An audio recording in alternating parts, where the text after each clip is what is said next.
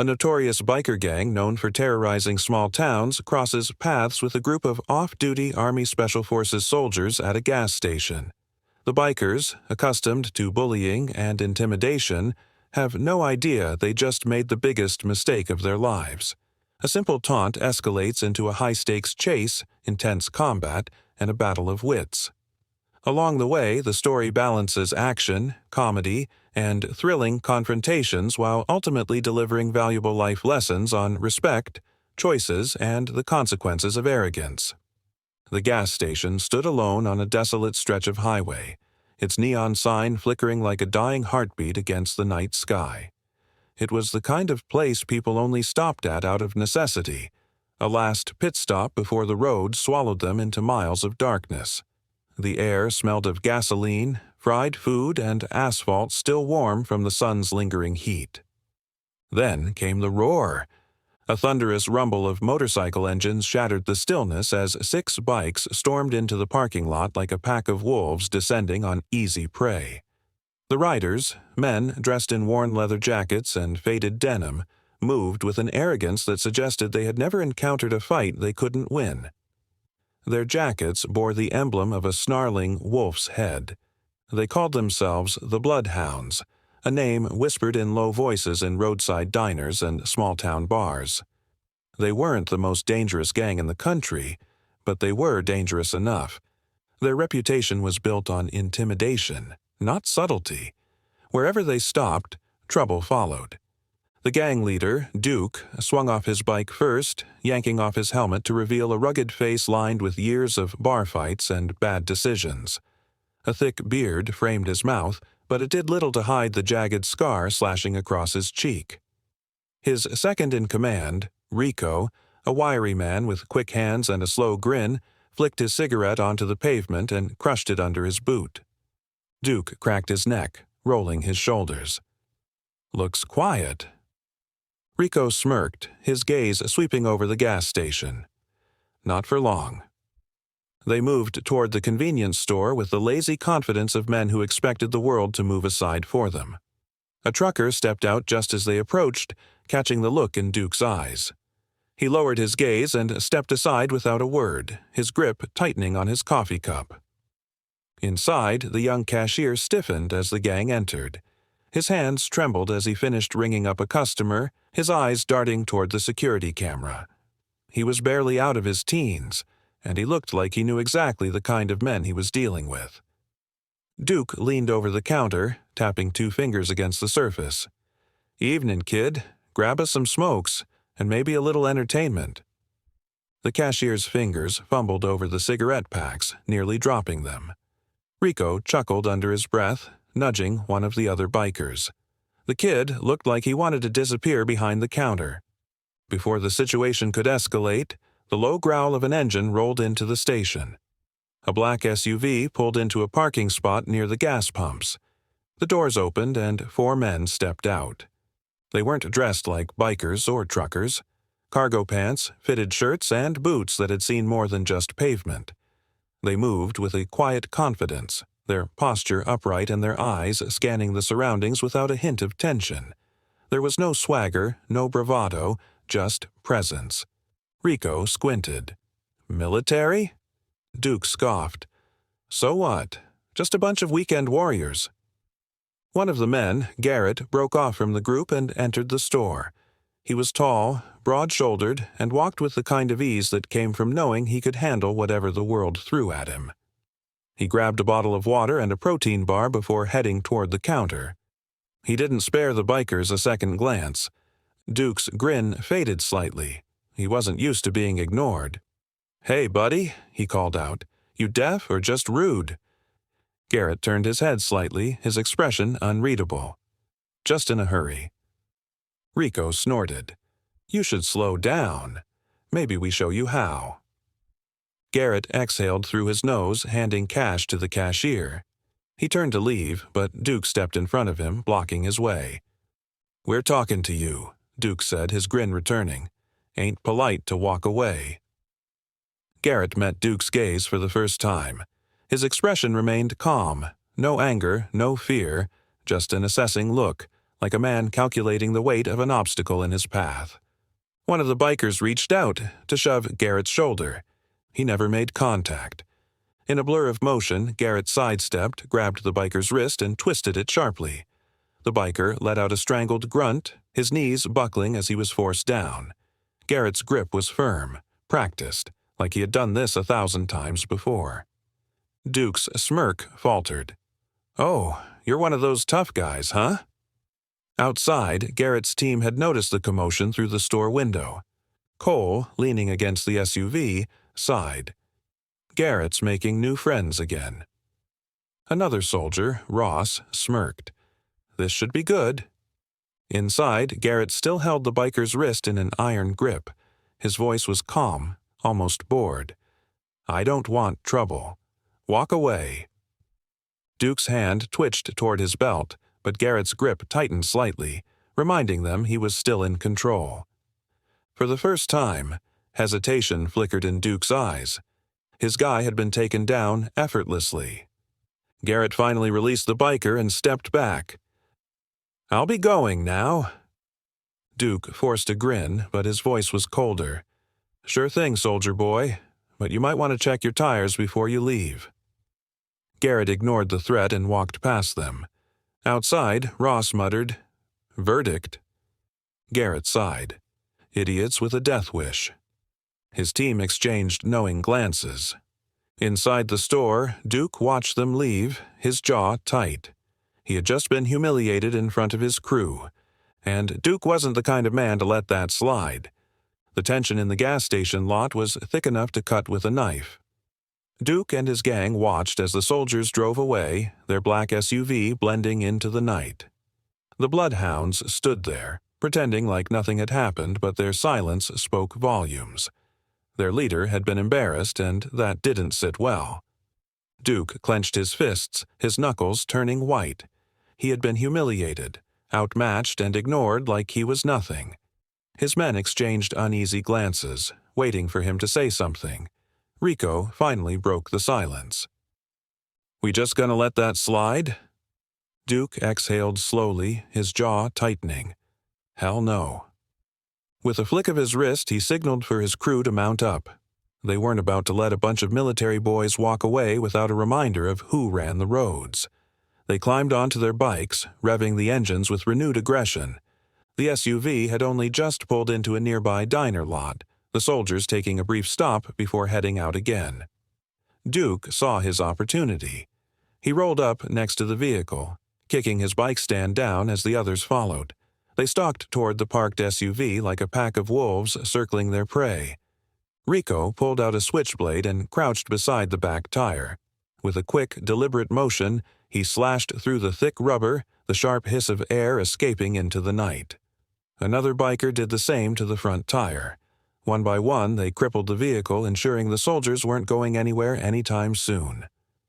Duke stood back, arms crossed, a smirk creeping across his face. Let's see him act tough now. Just as they finished, the diner door swung open and the soldiers stepped outside. Garrett, Cole, Ross, and Briggs stopped in their tracks as they took in the scene. They didn't look surprised, just disappointed. Garrett sighed, shaking his head. "You just had to do it, huh?" Duke spread his arms in mock innocence. "Hey man, tires go flat all the time. Must be a bad road." Ross stepped forward, his expression calm but firm.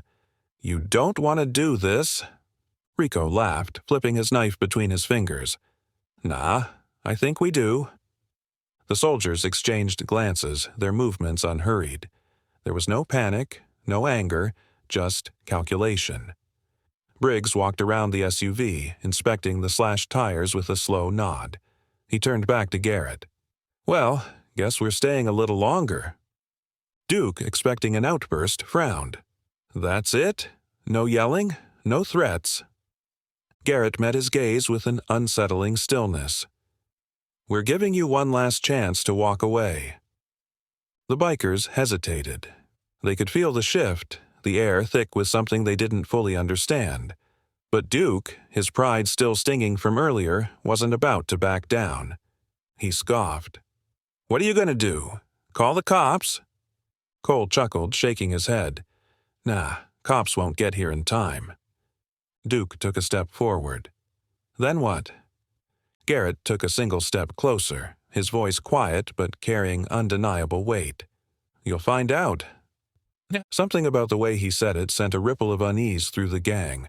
It wasn't a threat, it was a promise. For a split second, Rico wavered, glancing at Duke, but their leader wasn't about to show weakness. He spat on the ground, tightening his fists. Guess we'll see who's tougher. The other bikers followed his lead, standing taller, their smirks returning. But they had already lost the moment they underestimated the men standing in front of them. Garrett exhaled, shaking his head. All right. Cole glanced at Ross, who gave a barely perceptible nod. It was decided. Duke still wasn't getting it. He let out a low laugh, nodding to one of his men. The biker sauntered forward and squared up to Cole, cracking his knuckles. Why don't we make this interesting? Cole arched an eyebrow, sighing. You really don't want to do this. I really do. The biker grinned. Come on, tough guy. Let's see what you got. Before anyone else could react, the biker lunged. His fist flew toward Cole's face, and he missed. Completely. Cole sidestepped with almost lazy ease, letting the biker's momentum work against him. The biker stumbled forward, off balance. Before he could regain his footing, Cole nudged his shoulder, sending him sprawling onto the pavement. The rest of the gang tensed, hands twitching toward weapons. But before they could escalate, Briggs clapped his hands together. All right, you tried. It didn't work. Walk away while you can. Duke's smirk twisted into something darker. His pride was already bruised, and now his man had been taken down without so much as a real fight. That all you got? He spat. Garrett's jaw flexed. He didn't usually entertain people like Duke, but tonight was different. The gang had pushed too far. You really want to find out? Garrett asked. Duke was about to answer when the faint sound of sirens echoed in the distance. Not close, but enough to remind them their window was closing. Rico muttered under his breath. We should roll. Duke hesitated. His ego screamed at him to push forward, to fight. But something about the way Garrett and his men stood there, unmoved, unaffected, unsettled him. They weren't bluffing. Fine, Duke finally muttered. We'll let you boys have your little moment. He turned on his heel, heading for his bike. The rest of the gang hesitated before following, their movements slower, more reluctant. The sound of engines revving filled the night as they mounted up. But Duke wasn't done. As he pulled his helmet on, he glanced back at the soldiers. His smirk returned. You're gonna regret this. Garrett didn't react. He simply watched as the bikers peeled out of the lot, their tires screeching against the pavement. Ross exhaled, shaking his head. They're not done. Garrett nodded. No, but neither are we. The night wasn't over, not by a long shot. The night air was thick with tension as Garrett and his team watched the last of the bikers disappear down the highway, their taillights fading into the darkness. The scent of burnt rubber lingered in the air, a silent reminder that the bloodhounds weren't finished. They would be back. It was only a matter of when. Ross ran a hand through his hair, glancing down at the damaged tires of their SUV. Well, that's a damn inconvenience. Cole crouched next to the slashed rubber, shaking his head. They really thought this would slow us down. Briggs exhaled sharply. Nah, they thought this would piss us off. Garrett, arms crossed, watched the empty road ahead. It worked. The team wasn't angry in the way the bikers expected. They weren't impulsive, weren't rattled, but that didn't mean they weren't taking this personally. There was a difference between letting something go and deciding when and how to handle it. The bloodhounds had made a mistake, a big one. Ross turned toward Garrett. So, what's the play? Garrett's eyes didn't move from the road. We don't escalate, we educate. Briggs smirked. That mean what I think it means? Cole chuckled. I think it does. Garrett finally turned to face them. We're not here to cause damage, but these guys think the world works a certain way. They think they can intimidate, push people around, and walk away laughing. Someone needs to teach them how wrong they are. Ross nodded slowly. And that someone is us. Briggs leaned against the SUV, folding his arms. All right, but we're dealing with a pack mentality. These guys are wired to follow their leader. If Duke's ego keeps getting in the way, this doesn't end until we break that mindset. Cole's jaw tightened. That's why we handle this differently. No unnecessary bloodshed. Garrett nodded. Exactly. We don't fight their fight. We make them fight ours. Briggs studied him for a moment before letting out a short laugh. Man, you've always been a strategist.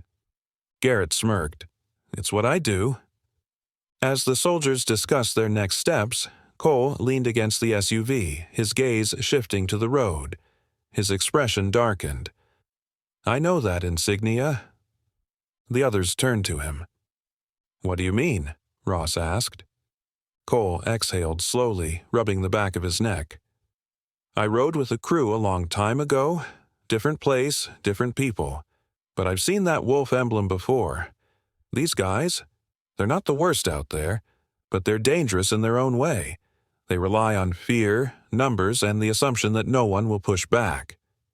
Garrett nodded, absorbing the information.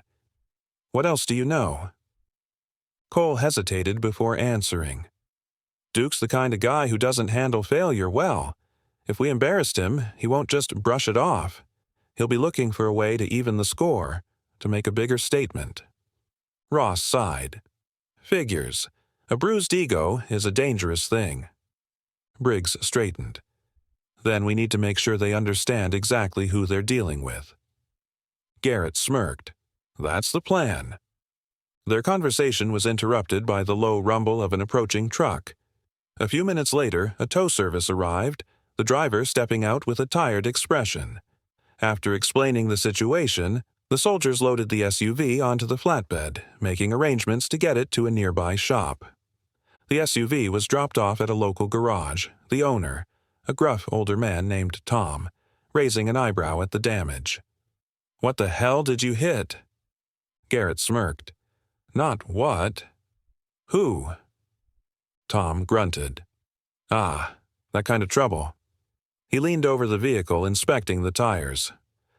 I can have you back on the road by morning. That's all we need. As the soldiers waited in the garage's lounge, Ross tapped a pen against the counter. They're going to come back. You know that, right? Garrett nodded. That's what we're counting on. Briggs stretched his arms. We're not just waiting for them to make a move, are we? Garrett shook his head. No, we're going to let them think they've won. Then we find them. Cole smirked. Let them get comfortable. Exactly. The bikers expected anger, retaliation. They expected the soldiers to come charging in, fists swinging. What they weren't expecting was patience. And patience was exactly what the soldiers had in abundance. As they planned their next move, Garrett glanced at his watch. By morning, the SUV's fixed, and we're back in business. But we don't go looking for them right away. Briggs frowned. Why not? Because they need to believe they won first, Garrett said. They need to feel safe, untouchable.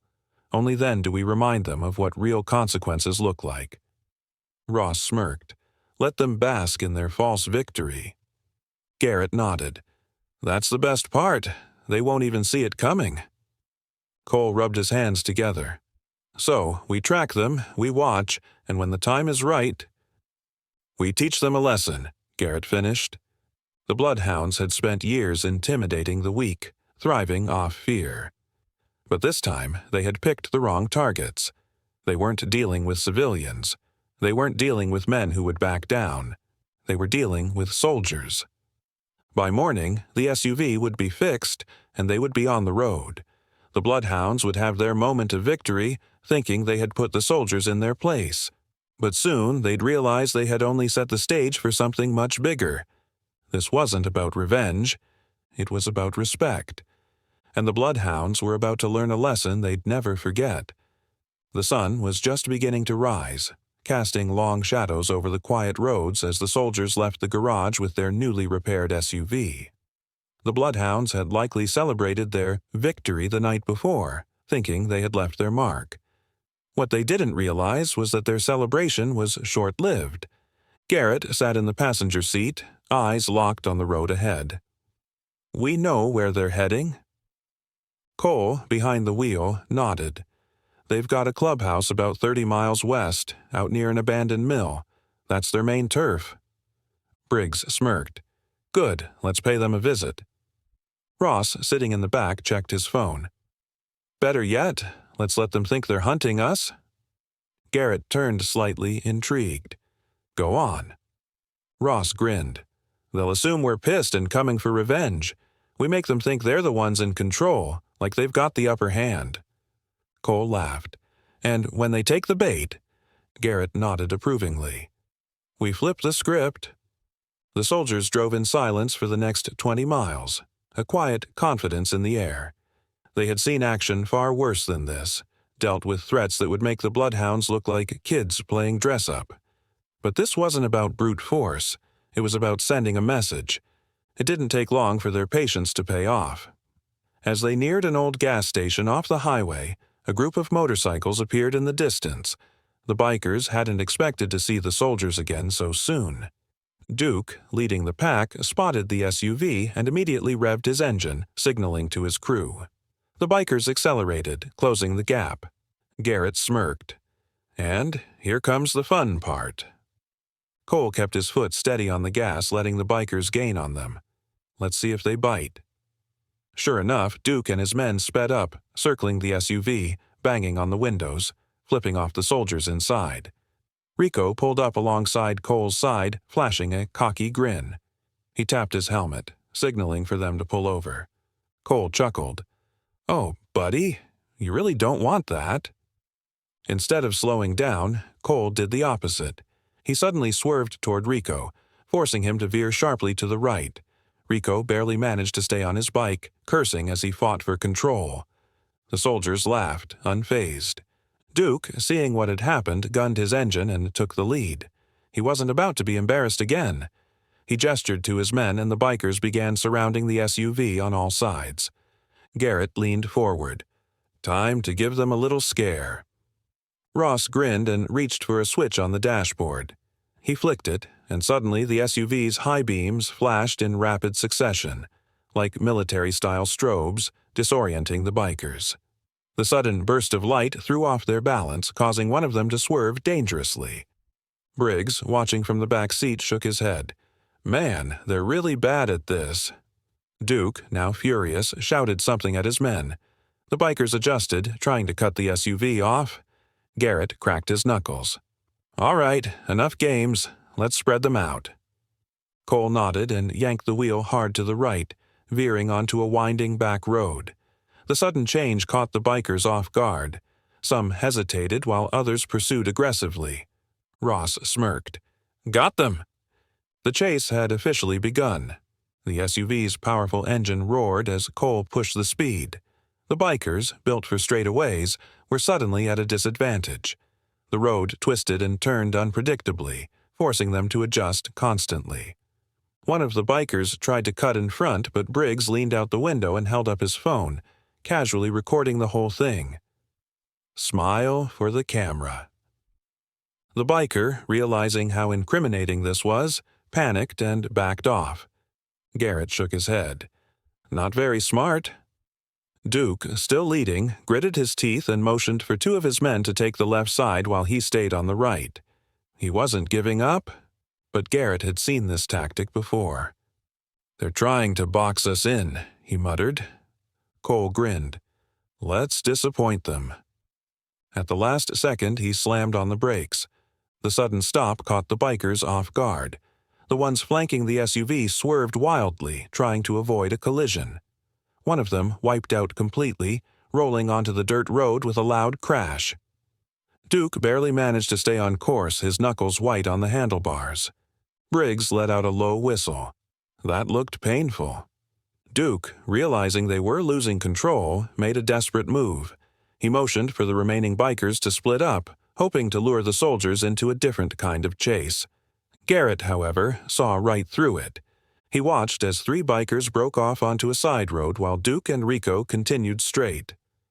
"They want us to pick a group." Ross crossed his arms. "Let's not play their game." Cole smirked. "Oh, we won't."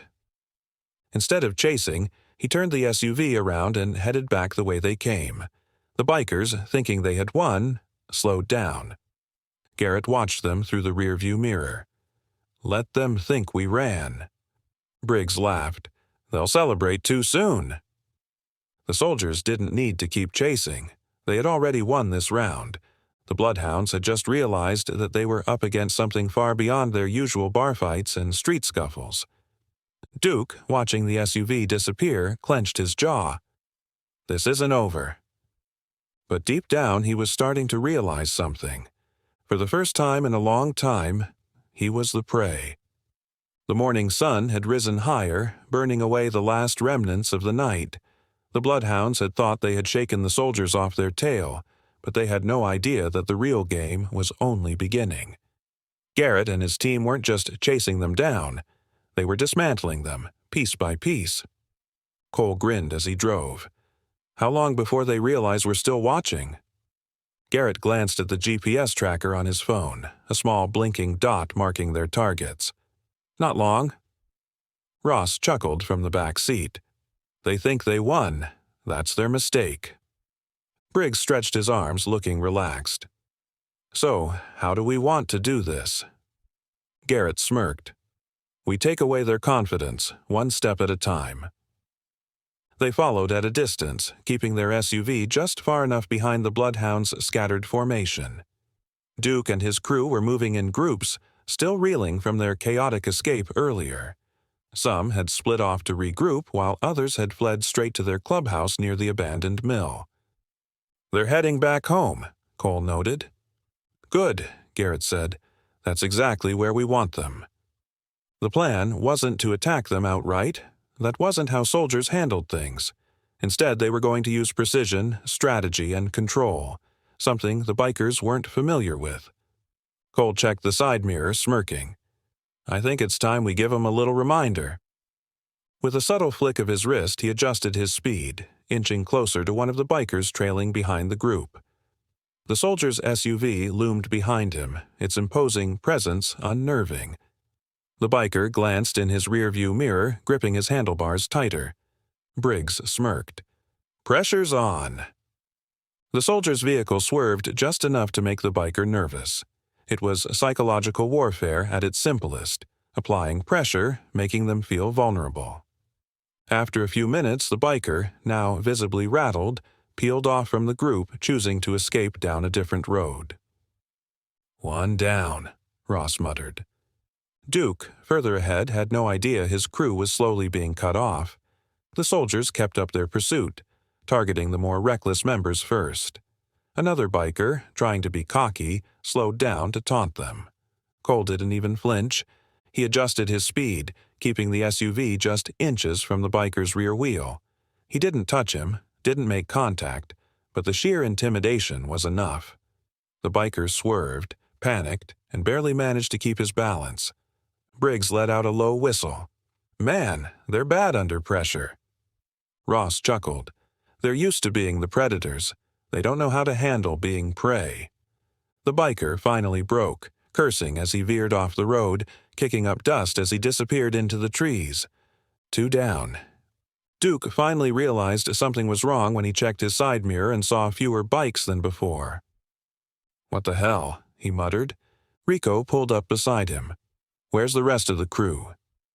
Duke's frustration boiled over. They were right behind us. He looked back and spotted the soldier's SUV, still moving steadily, deliberately. They're hunting us. Rico clenched his jaw. What do we do? Duke's mind raced. He was used to brawls, intimidation, street fights where numbers decided the winner. But this was different. The soldiers weren't fighting the way he expected. They weren't playing by his rules. They want to play games? Duke growled. Fine. He throttled up, signaling for the remaining bikers to follow him. They couldn't outrun the SUV, but they could force a confrontation. Inside the SUV, Garrett's phone rang. He answered casually. "Hey, babe." Briggs and Ross exchanged amused glances. From the other end, a woman's voice responded. "You sound busy." Garrett chuckled. "Just work stuff." His wife sighed. "Work stuff as in military work, or your special brand of handling problems?" Garrett smirked. "The second one." There was a pause, then, "Just don't get arrested." "I'll do my best," Garrett said, hanging up. Cole shook his head, laughing. "Even your wife knows you pull this kind of thing." Garrett shrugged.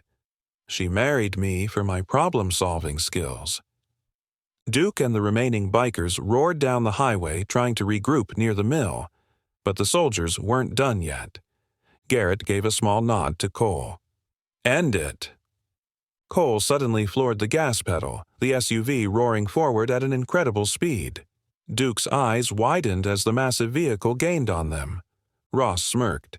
"Time to scatter the herd." Cole tapped the brakes and swerved slightly, making the bikers believe he was about to ram into them. The reaction was immediate. One by one, they bailed, abandoning their tight formation. Duke was left alone at the front, his crew scattered. Briggs laughed. "Man, they fall apart so fast." Duke cursed under his breath, his hands tightening around the handlebars. Garrett watched him through the windshield. Now he knows what real pressure feels like. Duke wasn't used to this. He had spent years as the one in control, the one everyone feared. But now he was the one being hunted. The realization was unsettling. The soldiers didn't need to keep chasing. They had already won. As Duke pulled into the parking lot of the abandoned mill, his hands shook slightly as he killed the engine. The rest of his bikers were trailing in, looking just as shaken. No one spoke. No one laughed. For the first time in a long time, the bloodhounds had no words. And in the distance, barely visible, the black SUV sat at the edge of the lot, waiting, watching. Duke clenched his jaw. This wasn't over. Duke's hands gripped the handlebars tightly as he pulled into the abandoned mill's parking lot.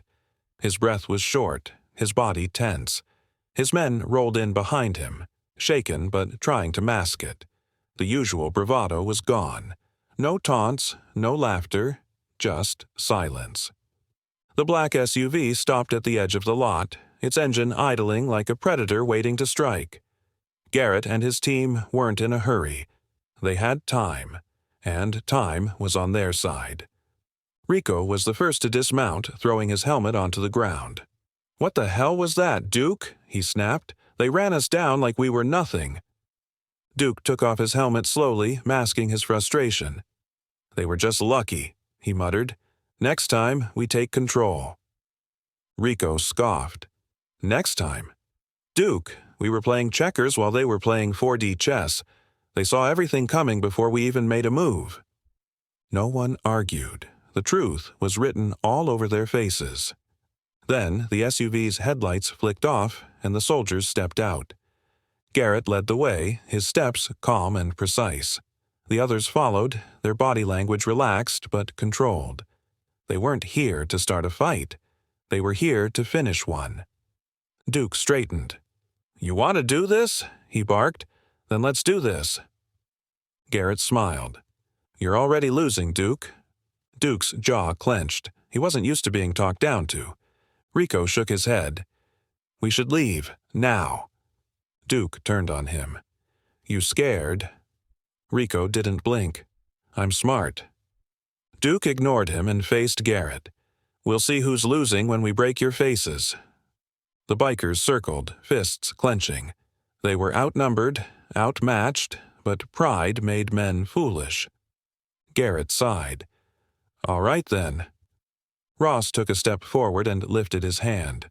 A loud clank echoed, metal locking into place. The bikers spun in confusion as steel doors slid shut. Their only exit was sealed. Duke's eyes widened. "What the—" Garrett smirked. "Trapped in the wrong place, Duke."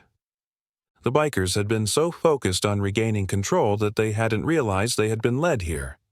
"You cornered us?" one of the bikers muttered. Garrett shrugged. "We leveled the playing field."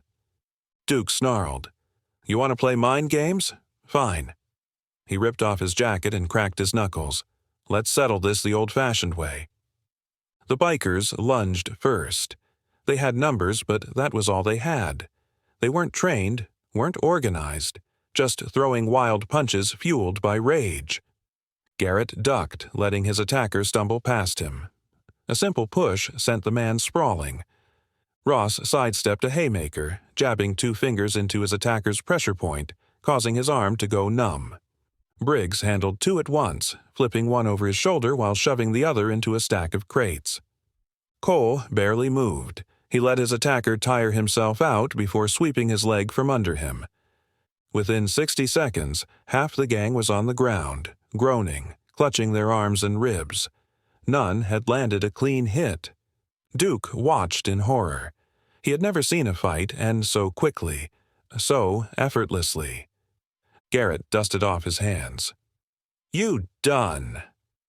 Duke's face twisted in fury. With a roar, he charged Garrett. Garrett didn't dodge. He let Duke grab him.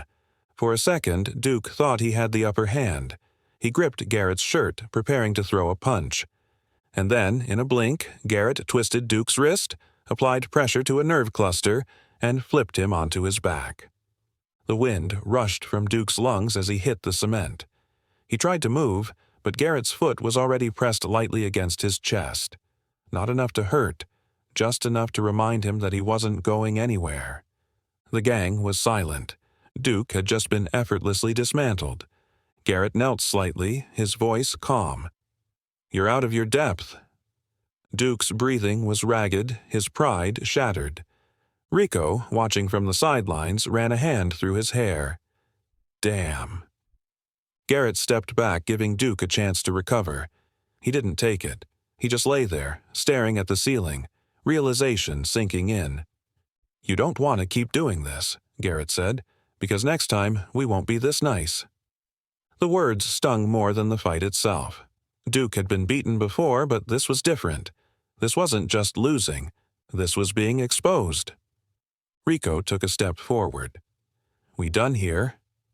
Garrett met his gaze. "That depends on Duke." Duke didn't answer immediately.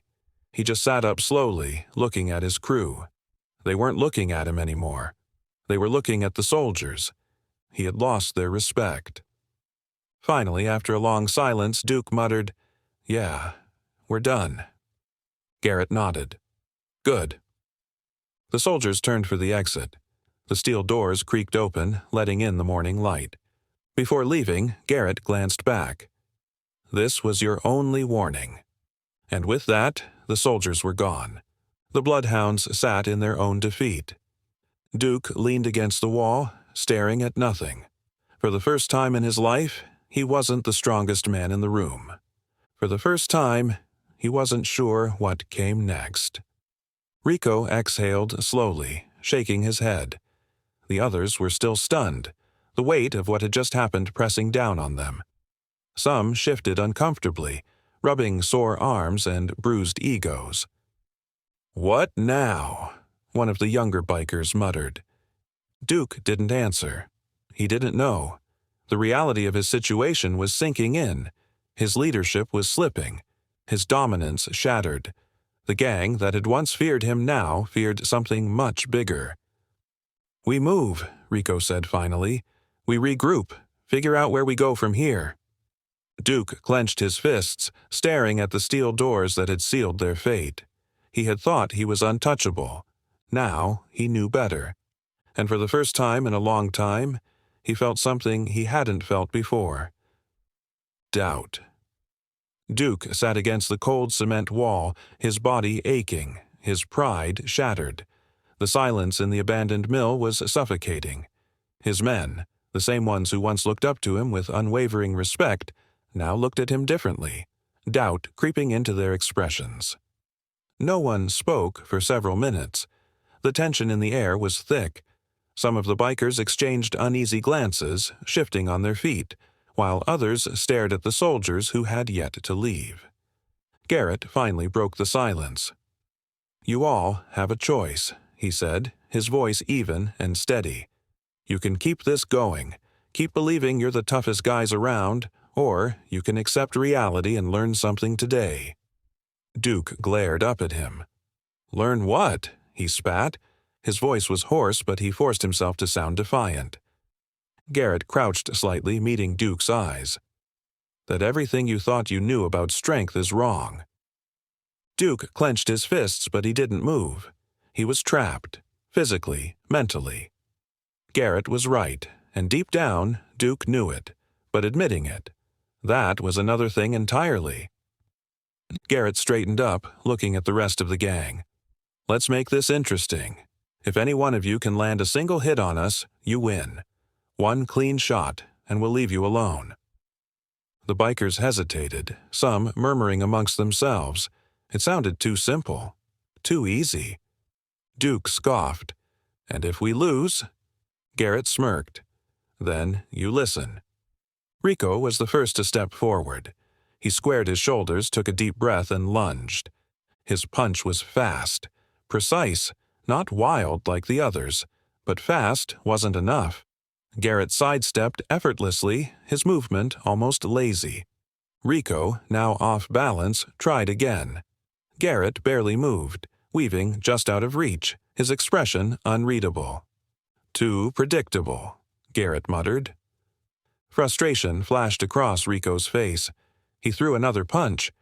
Garrett caught his wrist midair and twisted just enough to force Rico onto one knee. "Control," Garrett said. "You don't have it." He let Rico go. Rico stood, breathing heavily, his face red with anger. Duke watched, grinding his teeth. Rico was one of their best, and he hadn't even come close. Another biker stepped forward, then another. One by one they tried, and one by one they failed. Briggs barely had to move. Ross casually blocked attacks with minimal effort. Cole even checked his watch mid-fight, dodging without looking. The soldiers were toying with them, but not out of arrogance. It was a demonstration. And it was working. The only one left was Duke. He knew this was a bad idea. He knew his body screamed at him to let it go. But he couldn't. His pride, his reputation, it was all slipping away. And if he didn't do something, he might never get it back. So he stood. Garrett gave him a knowing look. "You sure?" Duke didn't answer. He just attacked. But Garrett wasn't like the others. He wasn't toying with Duke. He wasn't giving him openings. The moment Duke moved, Garrett countered. A sharp deflection, a shift in weight. Duke lost his footing again and again. Then, in an instant, Garrett locked Duke's arm and swept his legs out from under him. Duke hit the floor harder than before. The breath knocked from his lungs. This time, he didn't get up. Garrett stepped back. "You're not weak, Duke. You just never understood what real strength is." Duke lay there staring at the ceiling, his chest rising and falling heavily. He had no words. Silence filled the room once more. Then something unexpected happened. One of the younger bikers, a guy named Trey, stepped forward. He was barely 20, always trying to prove himself. "What do we do?" Trey asked hesitantly. Duke blinked, confused. Garrett looked at him. "You listen. You learn. You change." Trey turned to Duke. "Duke!" Duke swallowed hard. His throat was dry, his pride bleeding out onto the floor. He wasn't sure what to say. But for the first time in his life, he felt the weight of leadership pressing down on him.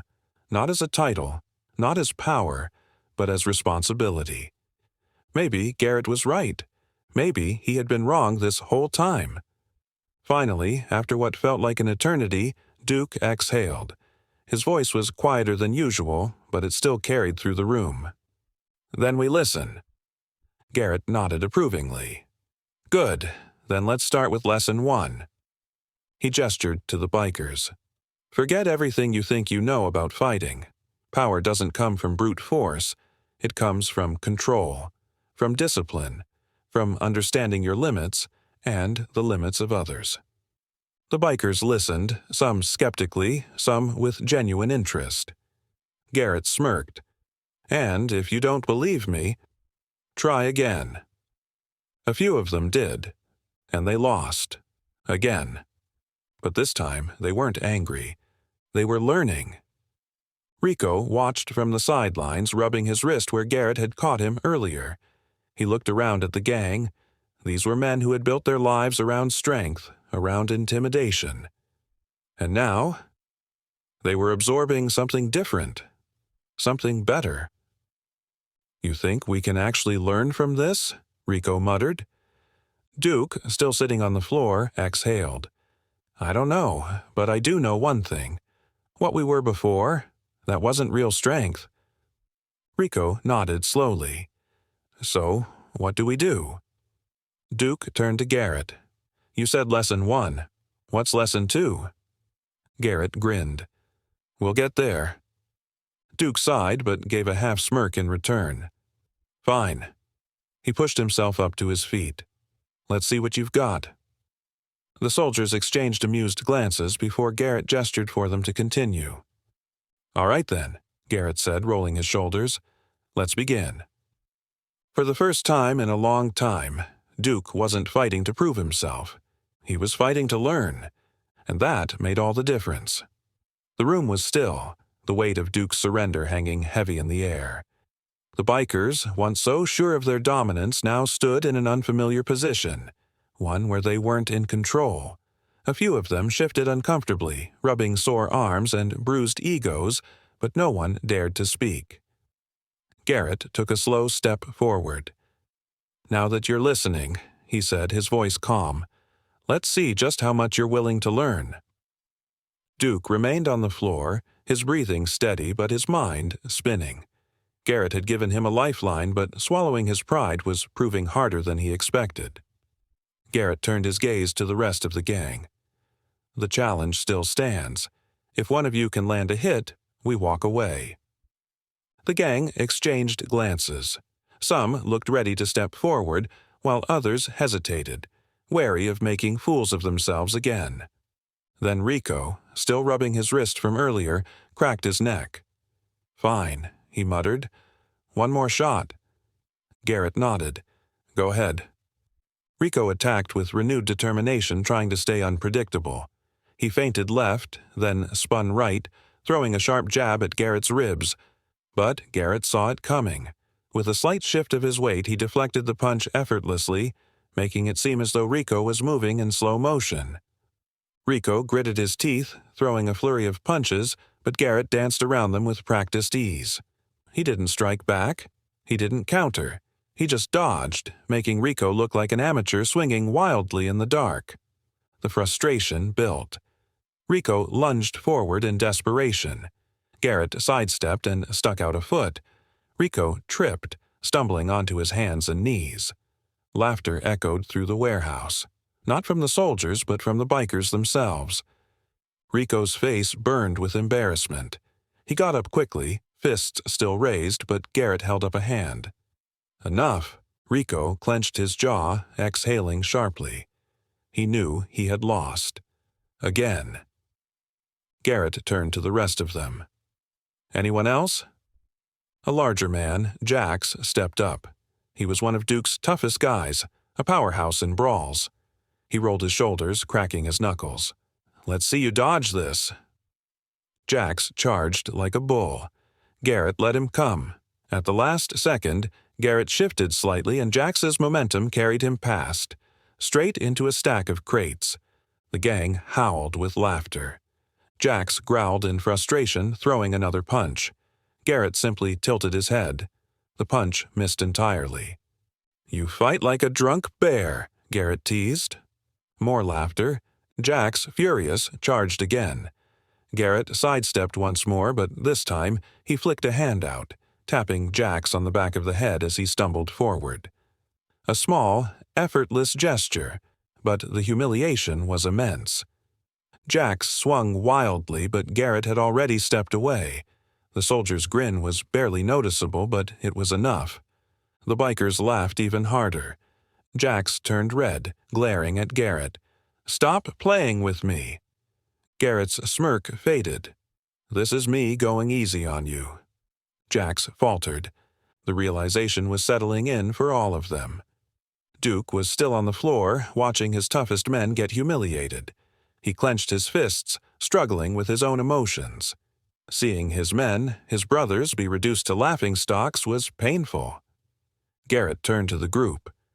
"You all think fighting is about throwing the hardest punch, being the biggest guy in the room. But strength isn't about size. It's about control, and none of you have it." The gang bristled, but no one spoke. Garrett gestured to his men. "We fight with discipline, with strategy. You fight with anger, and that's why you'll always lose." Duke exhaled slowly. He hated to admit it, but Garrett was right. One of the younger bikers, Trey, stepped forward hesitantly. "So, can we learn it?" Garrett nodded. "If you're willing." Duke pushed himself up, dusting off his jacket. His pride was in shambles, but he wasn't a fool. "We are," he said. Garrett smiled. "Then let's start." "First lesson," Garrett said. "Control your body. You don't even know how to stand properly." The bikers scoffed, but Garrett ignored them. He gestured to Ross. "Show them." Ross moved into a simple stance, feet firmly planted, weight balanced. "Now, one of you, push him." Trey hesitated before stepping forward, giving Ross a shove. Ross didn't budge. "Now push Jax," Garrett said. Trey turned to Jax and gave him the same shove. Jax, caught off guard, stumbled back slightly. Garrett gestured between them. "Ross is smaller, but he didn't move. Why?" The bikers were silent.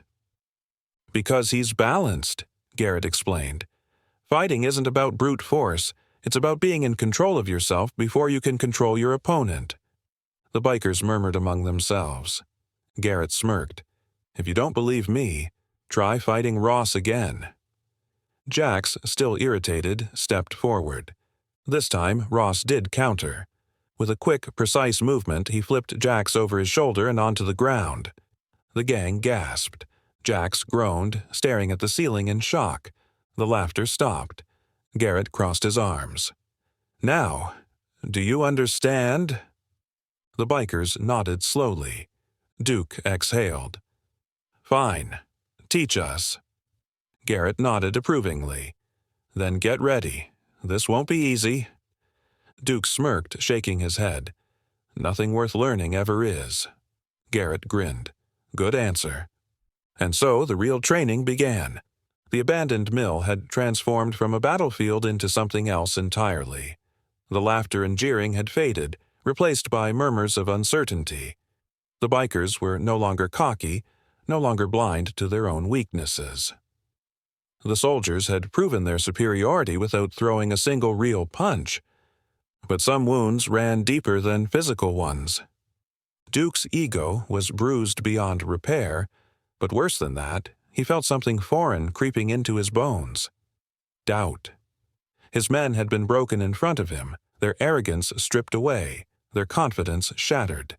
They had been the kings of the road. Now, they were nothing but fools in the presence of real warriors. Still, Duke wasn't ready to admit total defeat. Not yet.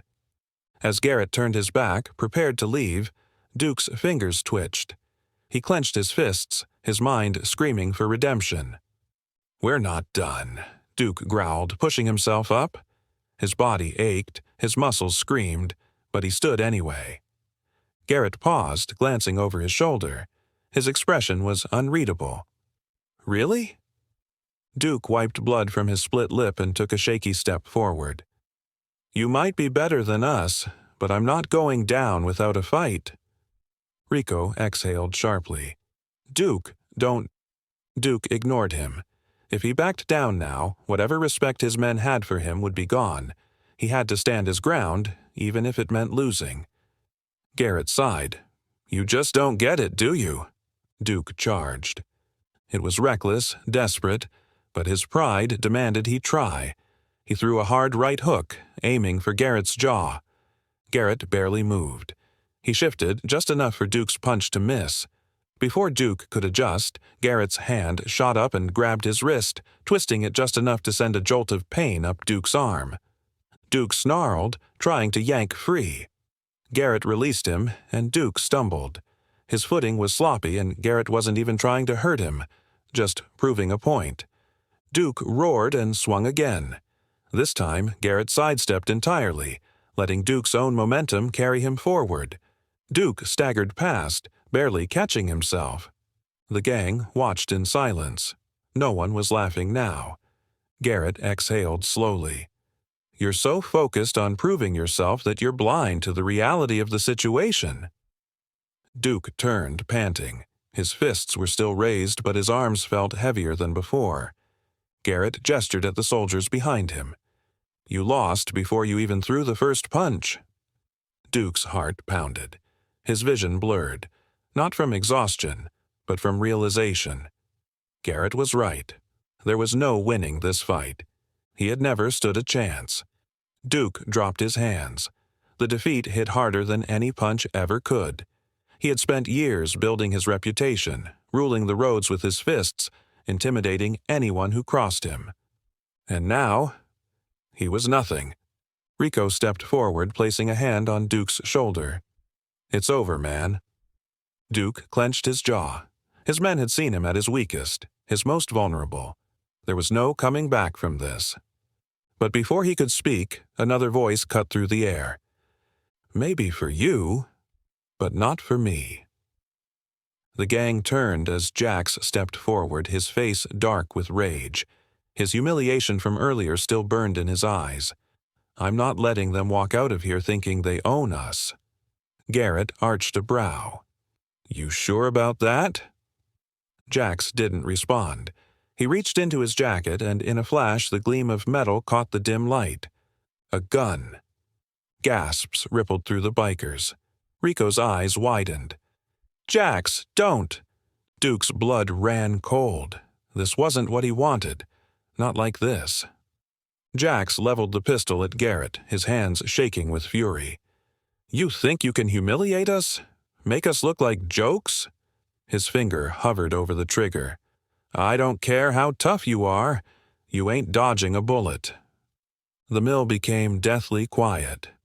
Garrett, however, didn't flinch. His body was perfectly still, his eyes locked onto Jax. Then, without warning, Garrett moved. In a single, fluid motion, Garrett closed the distance. Jax barely had time to react before the soldier's hand struck his wrist. The gun discharged, a deafening bang echoing in the warehouse, but the shot went wild, hitting nothing. In the next breath, Garrett twisted Jax's arm, forcing him to drop the gun. It clattered to the floor. Before Jax could react, Garrett pivoted, sweeping his legs out from under him. Jax crashed onto his back, his breath knocked from his lungs. The entire gang froze. Garrett stood over him, his boot pressing lightly against Jax's chest. And now, you've really lost. Jax gasped, wheezing. The fight had been over before it had even started. Garrett removed his foot and looked at Duke. This is what happens when you let your pride make decisions for you. Duke stared at Jax, his mind racing. This wasn't about strength anymore. This was about control, and none of them had it. Jax coughed, his fury replaced with shock. He had been armed, but it hadn't mattered. The soldiers had played them at every turn. Garrett turned to the bikers. You all want to prove something, then stop fighting battles you can't win. No one argued, no one even moved. Duke took a shaky breath. What do we do now? Garrett's gaze softened. That depends on you. Duke looked around at his men. He saw the fear, the uncertainty. For the first time, he saw them not as his gang, but as lost men. Men who had been chasing strength the wrong way for too long. He exhaled, running a hand through his hair. Then, finally, he looked at Garrett and gave a slow nod. Teach us. Garrett smiled faintly. Then let's begin. And just like that, the Bloodhounds stopped being a gang, and started becoming something else. The silence in the mill was suffocating. The echo of the gunshot still lingered in the air, but no one spoke. The bloodhounds had been dismantled, not by brute force, but by reality. They had always believed they were the apex predators of the road, the untouchable kings of the underground. But now they knew the truth. Garrett stood at the center of it all, calm, unshaken. The soldiers had dismantled the gang without raising a fist in true anger, and yet the impact of their lesson was far more devastating than any beating. Duke swallowed hard. His body still ached from his failed attempts to fight back, but the real pain was deeper. It was the realization that his way, their way, was unsustainable. This wasn't just a loss, it was a revelation. Then Garrett spoke. This is the moment where you all have to decide what comes next. The bikers exchanged glances, unsure of what he meant. Your gang is finished, Garrett continued. We're not here to run you out of town. We're not the police. But if you keep going down this path, you're not going to get another chance. Duke clenched his jaw. He had fought so hard to build the bloodhounds into something formidable. But now? He wasn't sure what they even were anymore. The weight of leadership pressed down on Duke's shoulders.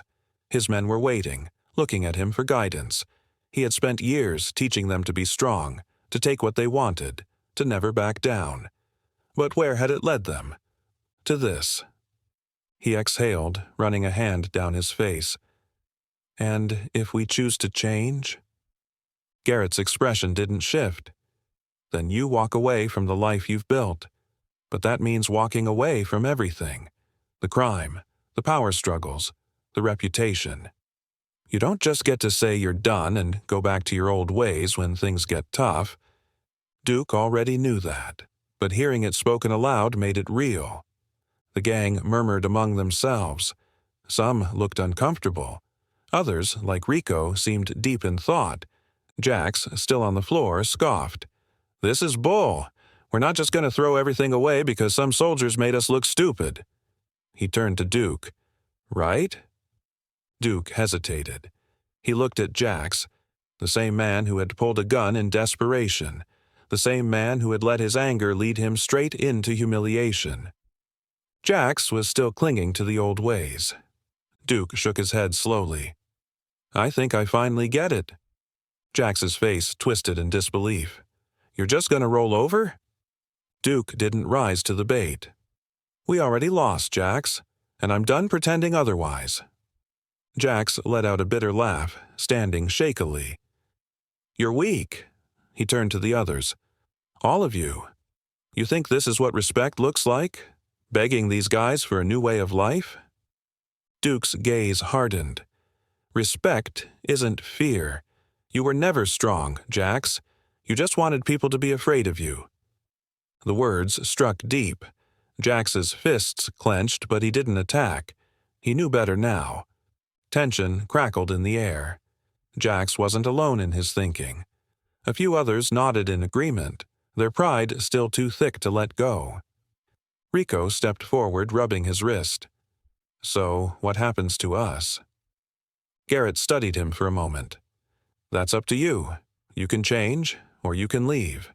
But understand, if you choose to stay on this road, you'll run into men like us again, and next time, they might not be so forgiving. A beat passed. Then Trey, the youngest of the bikers, stepped forward. I don't want to end up like Jax. That was the breaking point. One by one, the bikers spoke. Some were reluctant, some hesitant, but more than half of them agreed. They wanted out. Jax, disgusted, shook his head. You're all pathetic. Duke exhaled. Then go, Jax. If you want to keep playing gangster, go ahead. But I'm done pretending this is the way to live. Jax stared at him, searching for any hesitation. He found none. With a scoff, Jax turned and stormed toward his bike, slamming his helmet on. You'll regret this. Duke didn't flinch. Maybe, but not as much as I'd regret staying like this. Jax revved his engine and sped off into the night. And just like that, the bloodhounds were broken. Garrett turned to the remaining bikers. You made your choice. That's step one. But understand, walking away doesn't erase what you've done. Duke nodded. We'll deal with that. Garrett's stare held a quiet respect. Then I suggest you start by making amends. Help the people you've hurt. Take responsibility. You don't get redemption just by saying you want it. Duke exhaled. We will. Garrett smirked slightly. Then maybe there's hope for you after all. The soldiers turned towards their SUV. The mission was done. There was nothing left to prove. As they reached the vehicle, Duke called out, Garrett. The soldier paused. Duke met his gaze. Thank you. Garrett gave a small nod. Don't thank me yet. Prove it was worth it. Then the soldiers left, disappearing into the night. Duke turned back to his men, the ones who had stayed, the ones who had chosen to change. It was over, but something new was about to begin. He looked at Rico, then at Trey, then at the others. We have a lot to fix. Rico gave a short nod. So, where do we start? Duke inhaled deeply, then exhaled. One step at a time. And with that, the bloodhounds began their first steps toward redemption. The road was quiet. Jax's taillights had long since disappeared into the darkness, but the tension he left behind still lingered like an oil slick ready to ignite. The bloodhounds were no longer a gang, at least not in the way they had been. Duke turned to the remaining bikers. They looked different now, not just battered, but stripped bare.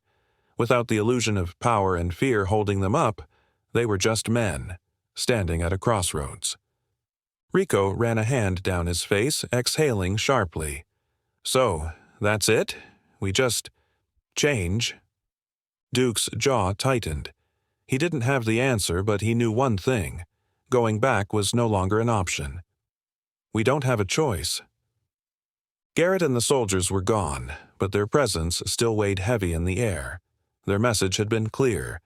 The bloodhounds could either evolve or be crushed under the weight of their own failure. Some of the bikers shifted uncomfortably. They had spent years building their reputation, living by a code of strength and dominance. Now, that identity was gone. Then, Trey spoke, his voice hesitant. What if we don't know how? Duke looked at him. The kid was barely 20, had joined the gang to prove himself, to find belonging. And now, like the rest of them, he was lost. Duke exhaled. Then we figure it out. Not everyone was convinced. A few of the bikers murmured among themselves, shifting closer to Rico. Duke could sense the unease growing. It didn't take much for uncertainty to turn into rebellion. One of the older members, Griff, crossed his arms. You think just because you say so we're supposed to drop everything? What about the businesses we ran? The people who still owe us? You think the world's just going to let us walk away? Duke met his stare. We don't need to run things the way we used to. Griff scoffed. That's easy for you to say. You're Duke. People still respect you. What about the rest of us? What do we do when the ones we used to step on come looking for payback? A murmur of agreement rippled through the group. Not everyone was as eager to change as Duke had hoped. Rico glanced at Duke. He's got a point. We've burned a lot of bridges. Duke clenched his fists. He had spent years making enemies. He had taken what he wanted, ruled with fear. That kind of history didn't just disappear overnight. They weren't just walking away. They were leaving behind a storm that would come back for them. The tension thickened. The bikers weren't just uncertain. They were afraid. Then Griff stepped forward, voice sharp. I'm not going down with this ship. Duke's gaze hardened. That's your choice. Griff turned to the others. You all think people are just going to forgive us? That walking away is enough? We'll be targets. We either rebuild or we get wiped out. A few of the men nodded. They had spent too long being predators to now become prey. Duke could see the divide forming. If he didn't handle this now, it wouldn't just be a disagreement. It would be a split. A war within what was left of the bloodhounds. Duke took a slow breath. I won't force any of you to stay." Griff smirked. "Then I guess we're done here." He turned, along with 3 others. They mounted their bikes without another word. Within seconds, they were gone. The remaining bikers watched them go, uncertainty clouding their expressions. Trey swallowed. "You think they're gonna come back?" Duke exhaled. "Maybe." Rico ran a hand through his hair. "If they do, it won't be to shake hands." Duke knew that was true. The ones who left hadn't just walked away. They had chosen the old life, and eventually they might decide that the new version of the Bloodhounds was a threat. The silence was heavy. The Bloodhounds had survived wars with rival gangs, turf battles, police raids, but now they were crumbling from the inside. Rico shook his head. "We're falling apart." Duke looked at the men who remained. Some were still conflicted. Others just looked tired. How do you rebuild something that was never meant to last? Trey glanced at Duke. "So, what now?" Duke ran a hand through his hair. He had led men into fights, into chaos, into destruction. But leading them into something better?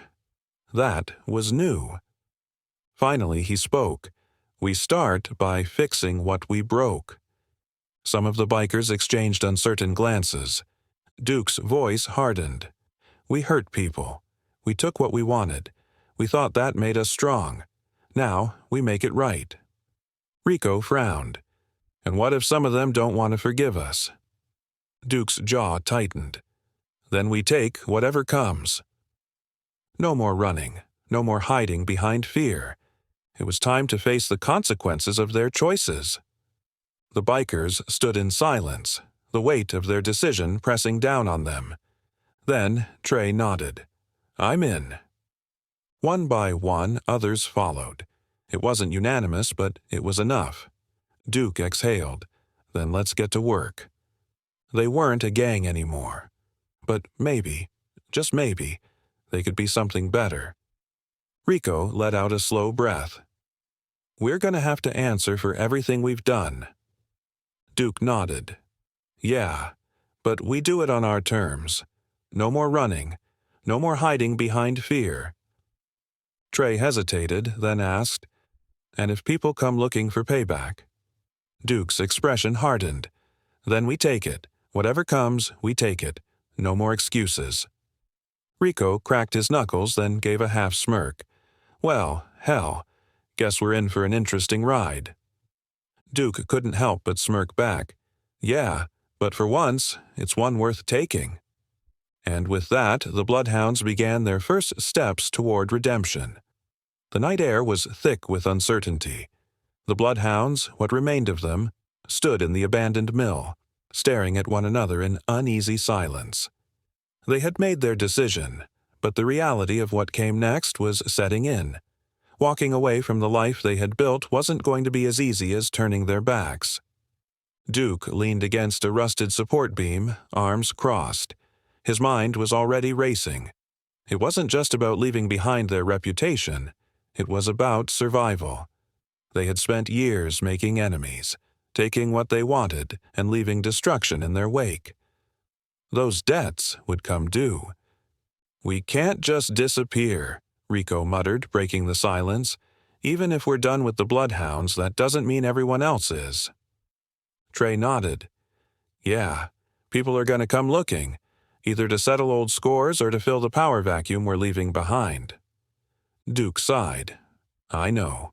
He turned to face the group. "That's why we need a plan." Duke knew how gangs worked. The moment they stepped down, someone else would try to take their place. Rival groups would see their weakness as an invitation to take over, and the people they had wronged wouldn't just forgive and forget. They had spent years making enemies, and those enemies would come knocking. "First things first," Duke said, scanning the room. "We need to cut ties. That means shutting down every operation, every connection. No more fights, no more debts. We wipe the slate clean." Rico let out a sharp breath. "That's going to piss off a lot of people." Duke's jaw clenched. "Yeah, but it's the only way to do this right." Grumbling spread through the group. Some of them had spent years working these angles, making money, building their personal power. Walking away meant losing everything. Trey frowned. "What about Jax and the others? They're not going to just let us walk." Duke knew that was true. The ones who had left weren't done fighting. They had chosen to hold on to the old ways, and when they saw the bloodhounds trying to go straight, they would see it as a betrayal. That was the real threat. Duke rubbed his face, feeling the weight of the decisions ahead. "We shut down the operations first, cleanly, no mess." Rico scoffed. "And what do we do when the people we owe start coming for us?" Duke's eyes hardened. "We face them." A few of the men shifted uneasily. They had been untouchable for so long that the idea of being hunted was unsettling. Trey swallowed hard. "And if Jax comes back?" Duke exhaled. "Then we stop him before he gets the chance." That sent a ripple through the room. Rico frowned. "You mean we take him out?" Duke shook his head. "No, but we make it clear that this is done. We don't fight unless we have to, but if he comes looking for trouble, we end it." Silence followed. It wasn't a satisfying answer, but it was the only one they had. The next day, they started the process. One by one, they shut down the Bloodhounds' operations, the bars, the protection rackets, the smuggling deals. Some of the businesses were willing to part ways without trouble. Others weren't. Duke handled those himself. At a local club that had served as one of their money laundering spots, the owner, a wiry man named Vic, sneered when Duke walked in. "This a joke? You think you can just walk away?" Vic spat. "You owe me. You all do." Duke didn't flinch. "We're done. You won't hear from us again." Vic scoffed. "And I'm just supposed to take your word on that?" Duke leaned in. "You know what happens when people break their word with me?" Vic hesitated. "This isn't a negotiation. We're out." After a tense pause, Vic exhaled sharply. "Fine, but you better pray no one else comes knocking." Duke already knew they would. By the third night, the Bloodhounds had cut most of their ties, but the move hadn't gone unnoticed. Word spread fast. Other gangs saw the power vacuum forming, and some of them were ready to take advantage. Duke got the first warning from a former contact. "You got problems, Duke," the voice on the other end of the line said. "People are talking. They think you're weak." Duke's grip on the phone tightened. "Let them talk." "Jax ain't just talking. He's recruiting." That made Duke pause. "What?" "You heard me. He's getting a crew together. People who don't like what you're doing." Duke closed his eyes for a brief moment. He had known Jax wouldn't just let it go, but he hadn't expected him to move this fast. "Any idea where they're setting up?" "Not yet, but they're coming." Duke hung up and turned to Rico. "We've got a problem." Rico raised an eyebrow. "Just one." Duke gathered the remaining men. "Jax is making moves. He's not done with us." Trey frowned. "So what do we do?" Duke exhaled. "We stick to the plan. We don't fight unless we have to. But if Jax is coming, we don't wait for him to strike first." Rico nodded.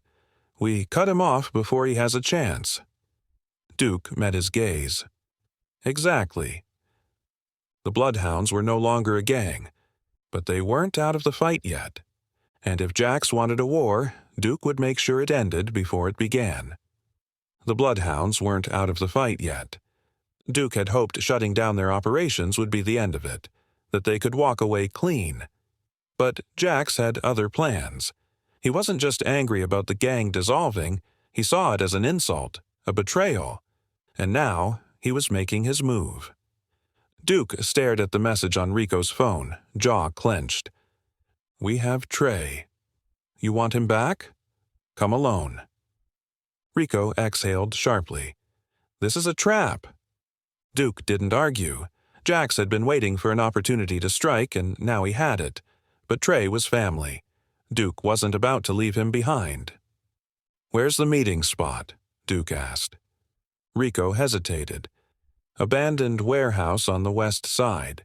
Same place we used to handle shipments." Duke nodded.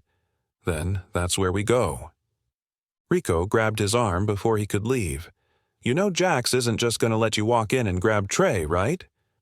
Duke's expression was cold. "I'm counting on that."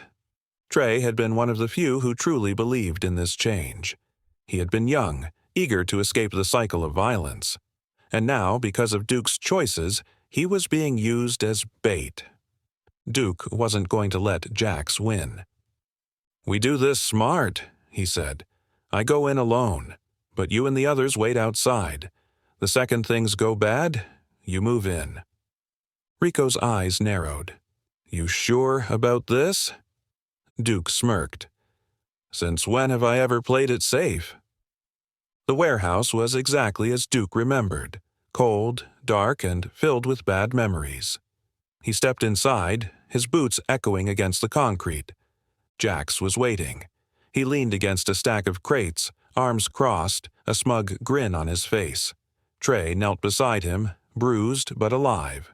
Two of Jax's new men stood behind them, hands resting on their weapons.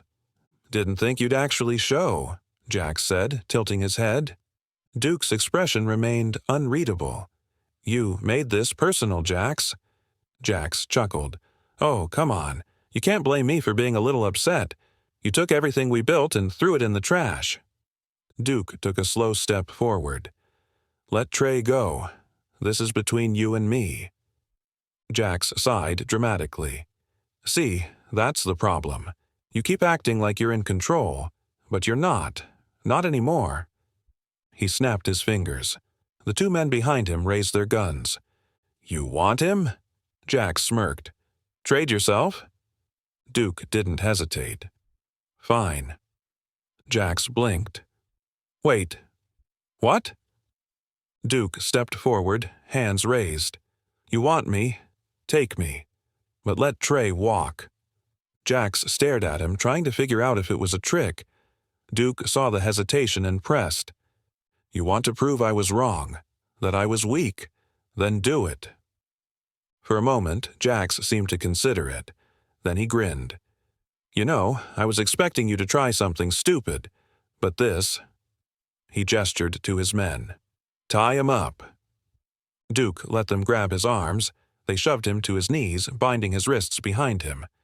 Jax crouched beside him. "See, Duke, this is what happens when you go soft." Duke smirked. "You really think I came alone?" Before Jax could react, the doors burst open. Rico and the rest of the crew stormed in, weapons drawn. Gunfire erupted. Duke twisted his body, smashing into the man holding him. He brought his bound hands up and slammed his elbow into the other's gut. They stumbled, and Duke used the moment to roll away, putting distance between himself and Jax. Jax's men panicked, realizing too late they were outnumbered.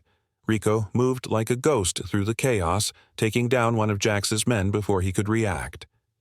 Trey scrambled free, ripping off the duct tape binding his hands. He grabbed a pipe from the ground and swung it hard, knocking a gun from one of Jax's thugs. Jax himself was already backing up. "This isn't over, Duke." Duke yanked himself free of the ropes, eyes locking onto his former lieutenant.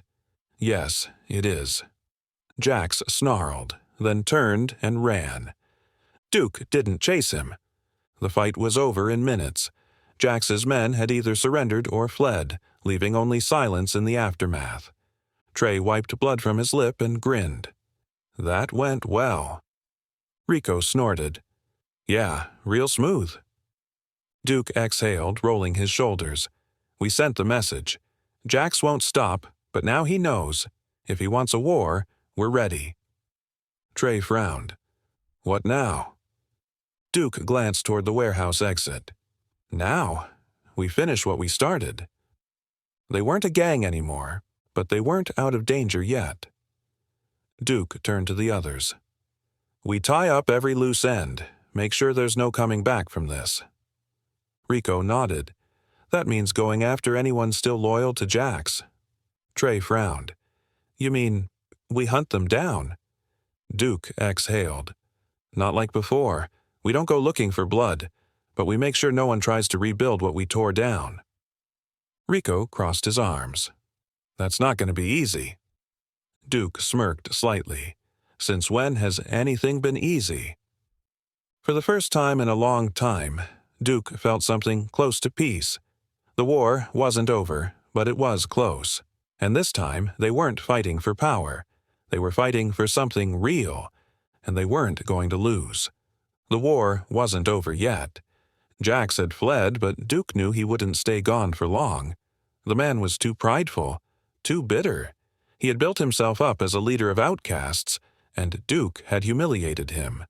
That wasn't something Jax would let go easily. Rico leaned against the warehouse wall, arms crossed. We should have finished him when we had the chance. Duke shook his head. That's not who we are anymore. Rico scoffed. Yeah? Try telling that to the guys Jax is going to round up next. Trey sat on an overturned crate, rubbing his wrists where the duct tape had been. We don't even know where he went. Duke exhaled. We will. And when we do, we end this for good. They didn't have to wait long. That night, Duke's burner phone buzzed. He hesitated before answering. Duke! The voice was shaky, almost desperate. Who is this? Kyle, one of Jax's new guys. Duke stiffened. Rico immediately perked up, listening. Why are you calling me? Duke asked. Kyle hesitated, then spoke quickly. Jax is losing it. He wants to prove he's still in charge, and he grabbed someone. Duke's stomach dropped. Who? Kyle took a shaky breath. One of your guys. The young one. Trey. Duke's grip on the phone tightened. Where is he? An old factory on the south side. But listen, Jax is serious. He's got a whole crew with him, and he's not planning on letting Trey walk away this time. Duke didn't hesitate. We're coming. Kyle hesitated. Be careful, man. Jax isn't thinking straight. Duke hung up and turned to Rico. We move now. The factory loomed in the distance, a rusted skeleton of metal and broken glass. It had been abandoned for years, its machinery left to rot. The perfect place for Jax to set a trap. Duke crouched behind a pile of debris, scanning the area through binoculars. Jax had at least 10 men stationed around the perimeter, armed and ready. Rico knelt beside him. We're outnumbered. Duke smirked. When has that ever stopped us?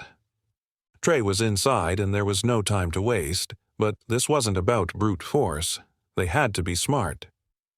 We go in silent, Duke said. Take out the perimeter first, one by one. Rico grinned. Finally, some fun. The first guard never saw it coming. Rico slipped behind him, wrapped an arm around his throat and dragged him into the shadows. A second later, the man was unconscious. Duke moved swiftly, taking down the next sentry with a precise strike to the back of the head. One by one, they cleared the outer guards, making their way toward the factory entrance. Once inside, the real challenge began. Trey was tied to a chair in the center of the room, a fresh bruise forming on his cheek. Jax stood over him, ranting to his men. You think they're coming for you, kid? Duke doesn't care about anyone but himself. Trey smirked despite the pain. Funny. He seems to keep proving you wrong. Jax's expression darkened. He pulled a knife from his belt and pressed it to Trey's throat. You really want to test me? Before Trey could answer, the lights cut out. Gunfire erupted as Duke and Rico made their move. Chaos exploded in the factory. Jax's men scrambled in the darkness, firing blindly. Duke weaved through the shadows, striking fast and hard. Rico provided cover, taking down targets with precision. Trey used the distraction to break free, driving his elbow into the gut of the man guarding him. He grabbed a metal pipe and swung, sending his attacker sprawling. Jax, realizing the fight was turning, made a break for the exit. Duke saw him and gave chase. Jax bolted through the factory yard, his breath ragged. He turned a corner only to find Duke standing there, waiting. Jax skidded to a stop, gripping his knife. "You really think you're better than me?" Duke shook his head. "No, I just learned from my mistakes." Jax lunged. Duke sidestepped, grabbing Jax's wrist and twisting. The knife clattered to the ground. With a single fluid motion, Duke swept Jax's legs out from under him, sending him crashing to the dirt. Jax coughed, staring up at Duke. "Go ahead, finish it." Duke exhaled. "No." He stepped back. "It's over, Jax." Jax's face twisted in fury. "You're weak." Duke smirked. "No, I just have nothing to prove anymore." The sound of approaching sirens filled the air. Rico and Trey emerged from the factory as flashing lights lit up the night. Jax cursed. "You called the cops?" Duke shrugged. "Not my problem anymore." The police swarmed in, guns drawn. Jax's men were rounded up, and within minutes it was over. Duke watched as Jax was cuffed and shoved into the back of a squad car. Their war was finally done. Trey leaned against Rico, exhaustion written all over his face. So, what now? Duke looked out at the city, the weight on his shoulders lighter than it had been in years. "Now, we move on." Trey scoffed. "And just like that, we're normal people?" Duke smirked. "Something like that." Rico exhaled. "Gonna take some getting used to."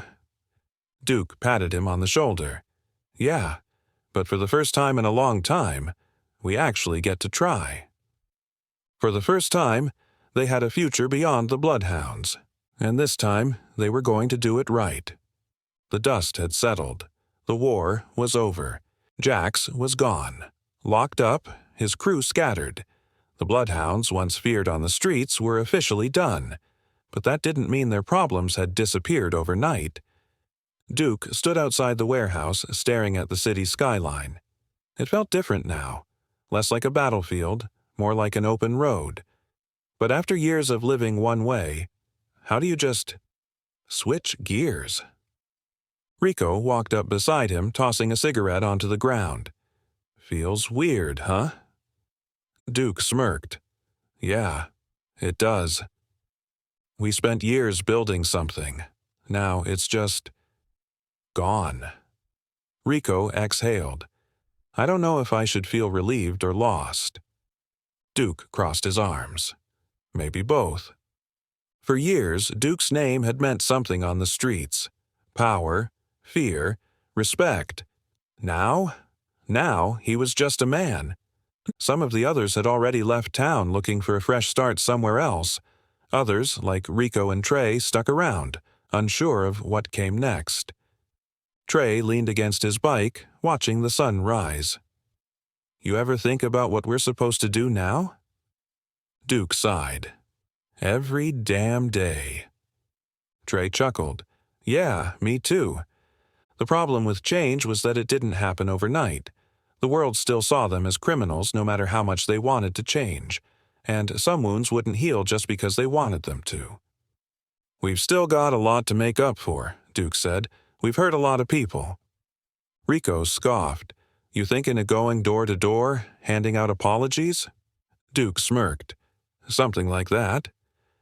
The first stop was a garage on the east side. Old Man Carter had run it for years, but the bloodhounds had used it as a front for smuggling. Carter never got a choice in the matter. Now, Duke was here to set things right. Carter looked up from under the hood of a car, wiping grease from his hands. When he saw Duke, his expression darkened. "You got some nerve showing up here."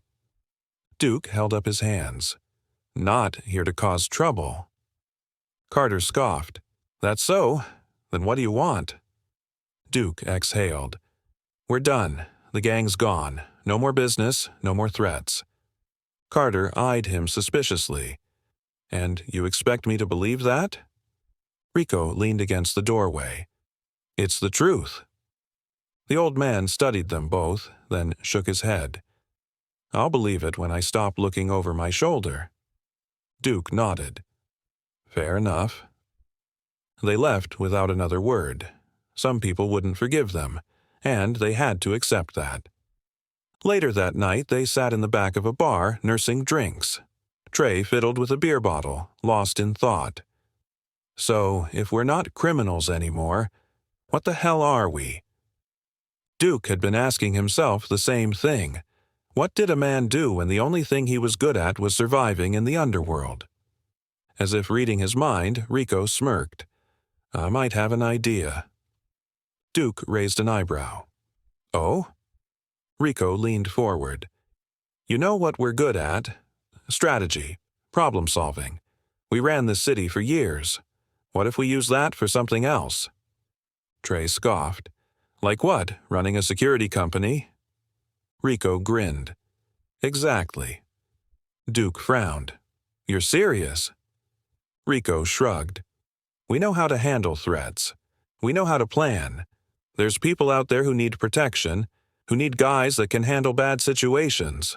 Why not us? Trey leaned back in his chair, considering it. So we go from being the guys who caused problems to the guys who solved them. Duke chuckled. Funny how life works. Maybe their past could be used for something good. The conversation was interrupted when someone walked into the bar. Duke recognized the man instantly. Eddie Ramirez, a former associate of the Bloodhounds. Eddie had been a loan shark, ruthless and efficient, but he had never been loyal to anyone but himself. Seeing him now, in a cheap suit and nervous expression, set off alarm bells in Duke's mind. Eddie spotted them and hesitated, then walked over. Duke, Rico. Been a while. Rico folded his arms. Not long enough? Eddie sighed. Look, I know you guys are trying to turn over a new leaf or whatever, but I need help. Duke raised an eyebrow. Help? Eddie ran a hand through his hair. I owe money to the wrong people. Big money, and they're coming for me. Rico scoffed. Sounds like your problem. Eddie leaned forward. Yeah, well, these guys aren't like the usual muscle. They're organized. They've been taking over little by little. If they get their way, there won't be anyone left to stop them. Duke frowned. He had spent years controlling territory. He knew the signs of a new power moving in. And if Eddie was telling the truth, then the void left by the Bloodhounds was already being filled. Who are they? Duke asked. Eddie hesitated. A crew from out of state. They call themselves the Sovereign. Trey glanced at Duke. That name mean anything to you? Duke shook his head. No, but if they're moving in, we need to know why. Rico sighed, and just like that, we're back in the game. Duke exhaled. Not the game, just making sure no one plays it worse than we did. The next morning, Duke stood in front of the mirror staring at himself. For the first time in years, he didn't see a gang leader. He saw a man trying to change. It wouldn't be easy. There would be people who doubted them, people who still wanted them gone. But for the first time, Duke wasn't looking over his shoulder. He was looking ahead. And if the Sovereign wanted to bring chaos to the city, Duke was ready to stop them. For the first time in his life, he was fighting for something real. Duke sat across from Garrett in a quiet diner on the edge of town. The place wasn't much, just a few cracked booths, a flickering neon sign outside, and a waitress who looked like she had been there since the place opened. It was the kind of place where conversations stayed private. Garrett stirred his coffee, studying Duke carefully. So, no more Bloodhounds. Duke nodded. It's over. The soldier smirked. You really believe that? Duke exhaled. I have to. Garrett leaned back in his seat. You know, guys like you don't just walk away. There's always someone looking to drag you back in. Duke knew he was right. He had seen it happen too many times. But this time, he was determined to be different. That's why I wanted to talk to you, Duke said. I need to understand how you did it. Garrett raised an eyebrow. How I did what? Duke met his gaze. How you left the war behind. Garrett took a slow sip of his coffee before answering. I didn't. Duke frowned. But you're not out there fighting anymore. Garrett chuckled. Doesn't mean I left it behind. He set his cup down, tapping his fingers against the table. Listen, Duke, when you spend years fighting, it doesn't just go away. It stays with you, in how you think, how you move, how you see people. You can leave the battlefield, but the battlefield doesn't leave you. Duke understood that all too well. He still walked like he expected trouble, still sat with his back to the wall. So, how do you live with it? Duke asked. Garrett smirked. By choosing my fights. Duke raised an eyebrow. Meaning? Garrett leaned forward. The trick isn't to stop fighting.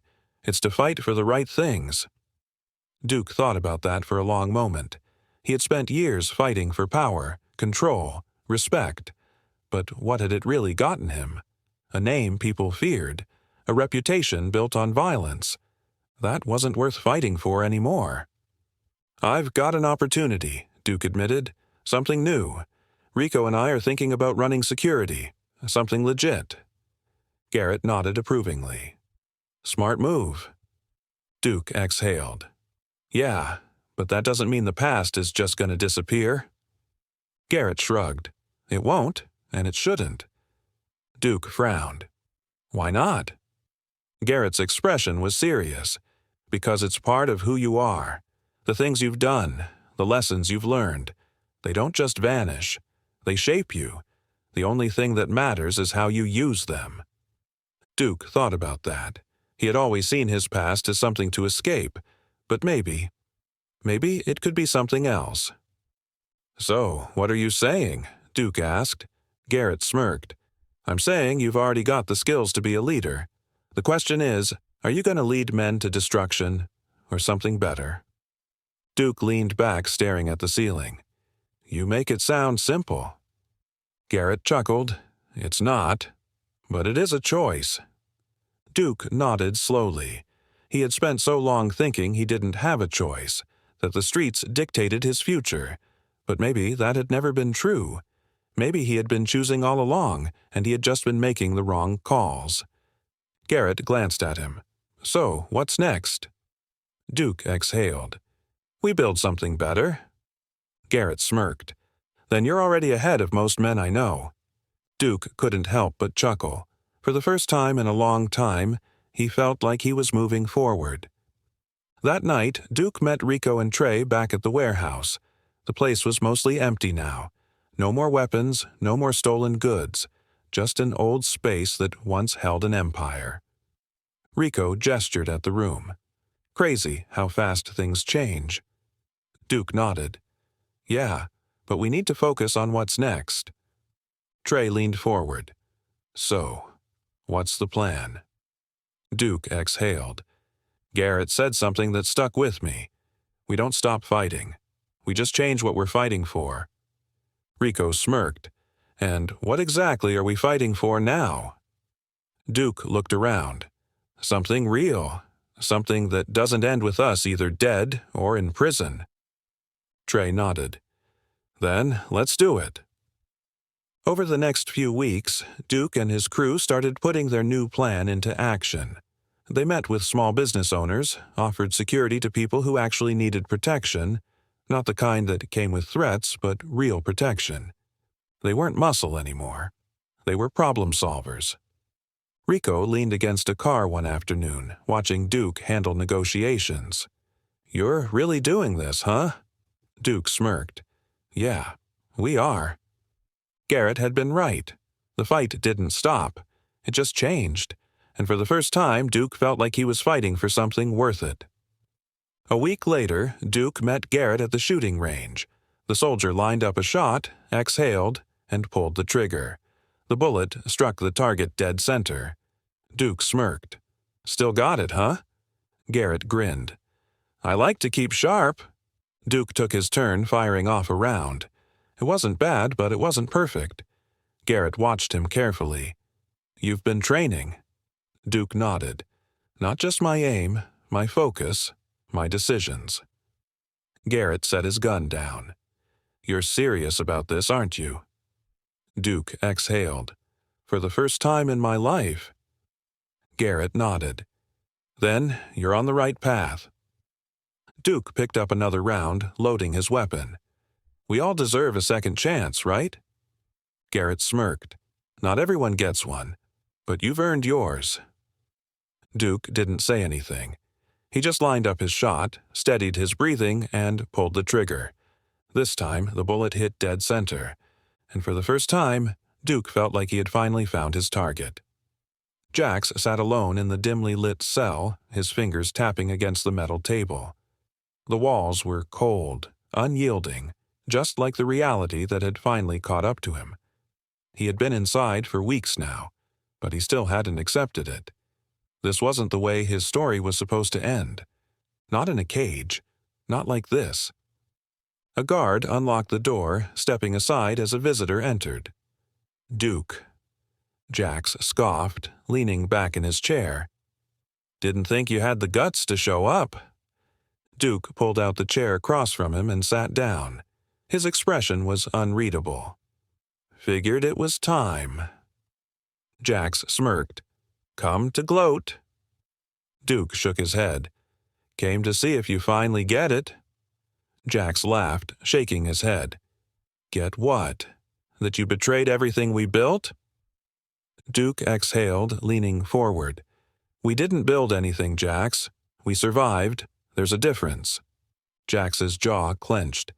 That survival made us kings. Duke's eyes hardened. It made us prisoners long before they locked you up. Jax's smirk faded slightly, but he covered it up with a scoff. You think you're free, huh? Running around pretending to be some hero? You're still in the game, Duke. You just changed the rules. Duke shook his head. No, Jax. I walked away. Jax leaned forward, his eyes burning with frustration. You think that matters? You really think the streets care about your little redemption arc? You turn your back on this life, and it turns its back on you. Duke let the words sit for a moment before replying. Maybe, but at least I'm not fighting a war that's already over. Jax slammed his fist against the table. It's not over. You think just because I'm in here I'm done? You think I don't have people still out there? Duke exhaled sharply. That's exactly why I came, Jax. Because I know you. Jax narrowed his eyes. And? Duke's voice was steady. And I need you to hear me. Whatever you're planning, it's not going to work. Jax chuckled, shaking his head. You always thought you were smarter than me. Duke didn't answer. He just waited. Jax rubbed his hands together, his expression shifting from frustration to amusement. You want to know what's funny, Duke? You think you won. You think because you shut down the Bloodhounds you ended it. But all you did was create a vacuum. Duke's jaw tightened. The Sovereign. Jax grinned. You're not stupid after all. Duke had already suspected it, but hearing Jax confirm it made his stomach tighten. The Sovereign had been moving in ever since the Bloodhounds collapsed. Organized, efficient, ruthless, and Jax had been in contact with them. Duke leaned back in his chair. So that's your end game? You go down so you make sure someone worse takes over? Jax shrugged. It's not about revenge, Duke. It's about legacy. Duke's expression darkened. You don't have a legacy, Jax. You have a warning sign. Jax's smile faltered for the briefest second. We'll see about that. Duke stood up. This is your last chance, Jax. Jax raised an eyebrow. Chance for what? Duke's voice was quiet but firm. To let this go. To stop trying to hold on to something that's already dead. Jax laughed. And what? Be like you? Playing house with Rico and Trey? Acting like you're some kind of savior? Duke shook his head. No. Just not wasting my life anymore. Jax's eyes flickered with something, anger, resentment, maybe even a little regret. But he buried it quickly. Get out of my sight. Duke studied him for a moment longer, then nodded. Goodbye, Jax." He turned and walked toward the door, but just before he stepped out, Jax called after him. "You can't outrun who you are, Duke." Duke paused, but he didn't turn around. "No, but I can decide who I become." And with that, he walked out. Jax sat there, staring at the door long after it closed. The sun was setting as Duke walked out of the prison gates. Rico was waiting by the car, arms crossed. "Well?" Duke sighed, running a hand through his hair. "He's not letting go." Rico exhaled sharply. "Figures." Trey leaned against the hood, looking concerned.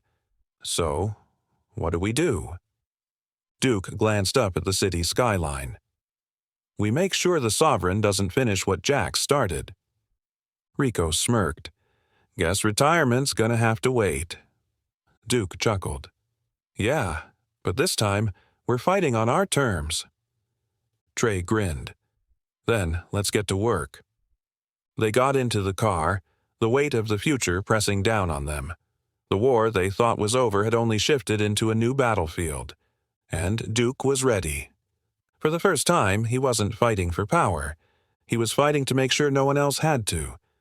The decision had been made. Duke, Rico, and Trey weren't running anymore. They weren't looking for fights, but they weren't backing down either. The Sovereign was coming, and they had to be ready. But something had changed. For the first time, Duke wasn't reacting. He was planning. This wasn't about defending turf or proving who was toughest. This was about protecting what mattered. Still, some ghosts weren't so easy to shake. Rico leaned against Duke's car outside the warehouse, lighting a cigarette. "So, we doing this?" Duke nodded. "Yeah, but we do it smart." Rico smirked. "Funny. Never thought I'd see the day where you were the careful one." Duke shrugged. "We've all changed." Trey walked up, a file in his hands. "I pulled what I could on the Sovereign. They're serious. Military background, high-level coordination. They're not just another gang." Duke took the file and flipped through it. "Then we do this differently." Rico raised an eyebrow. "How different?" Duke closed the file. "We don't fight them like a gang. We fight them like soldiers." The first step was cutting ties. They met at an old auto shop on the edge of town, one of their last remaining safe houses. Inside, a group of their former crew was waiting. Some had left the game when the Bloodhounds collapsed. Others had tried to keep things going in small ways. Duke stood at the front. "This is it. No more half measures. No more playing both sides. You're either in or you're out." A murmur ran through the group. Some looked uneasy. Others, like Miguel and Jace, nodded in quiet agreement. Jace crossed his arms. "So, what's the play?" Duke exhaled. "We're not forming another crew. We're not taking over. We're making sure the Sovereign doesn't." Miguel frowned. "That's a fine line, Duke." Rico spoke up. "Then stay out of it. No one's forcing you to be here." Silence. Then Miguel sighed. "Nah, I'm in. Someone's got to make sure the next generation doesn't end up like us." One by one, others agreed. But not everyone. Some slipped out the door, unwilling to be part of it. Duke didn't stop them. Not everyone could be saved. After the meeting, Duke laid out the rules. 1. No territory. They weren't fighting for control. They were fighting for protection. 2. No unnecessary fights. If the Sovereign wanted a war, they wouldn't get an easy one. But no one was picking fights they didn't need to.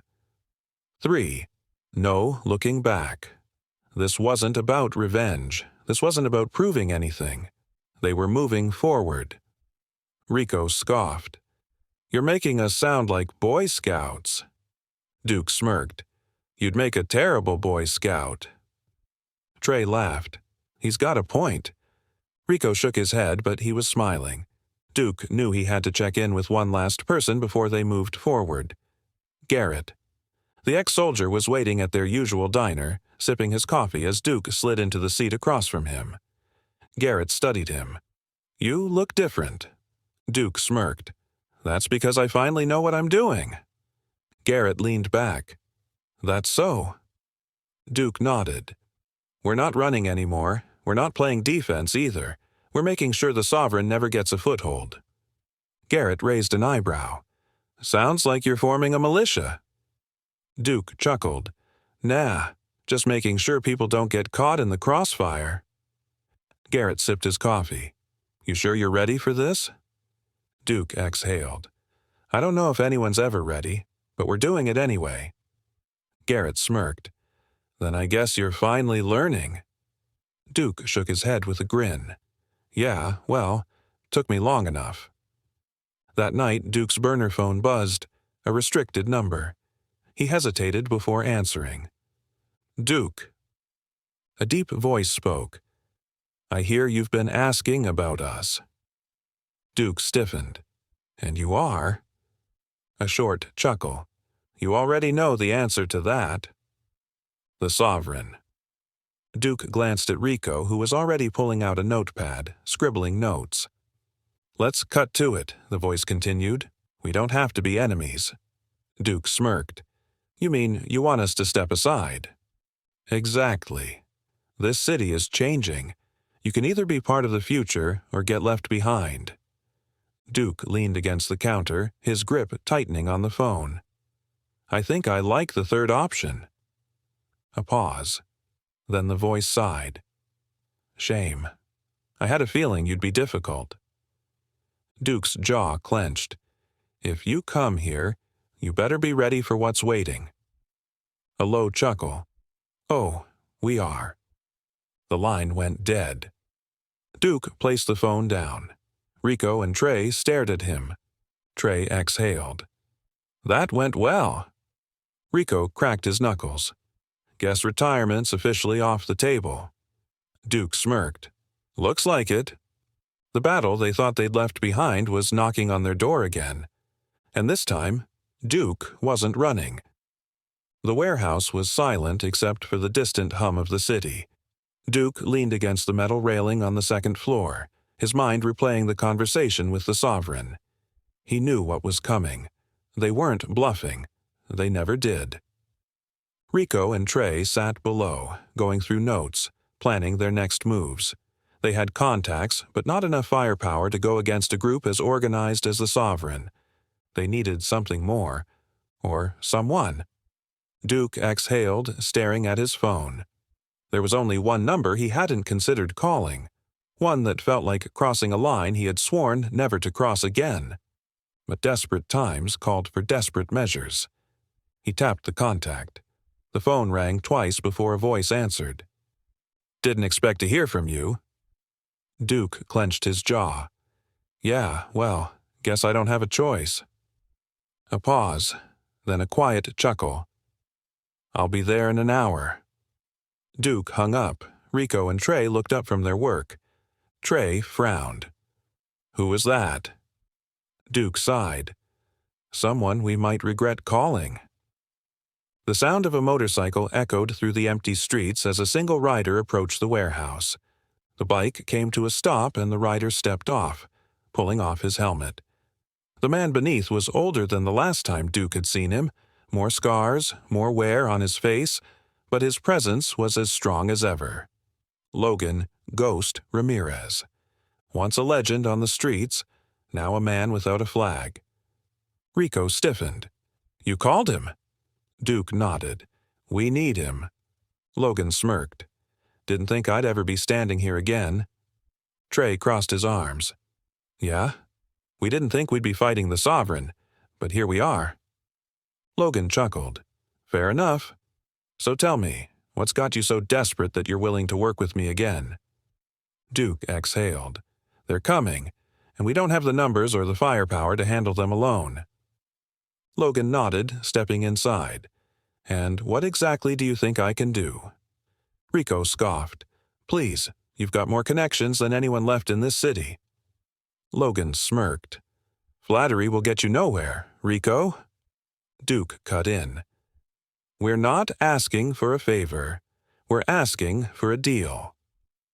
Logan raised an eyebrow. "What kind of deal?" Duke met his gaze. "We help you get back what you lost, and in return, you help us stop the Sovereign." Logan studied Duke for a long moment, then nodded. "All right, I'll bite. What exactly do you think I lost?" Duke leaned forward. "Respect." Logan's smirk faded slightly. Rico and Trey exchanged glances. No one spoke to Logan like that. But instead of getting angry, Logan chuckled. "You always knew how to cut straight to the point, Duke." Duke didn't flinch. "The Sovereign doesn't just want to take over the city.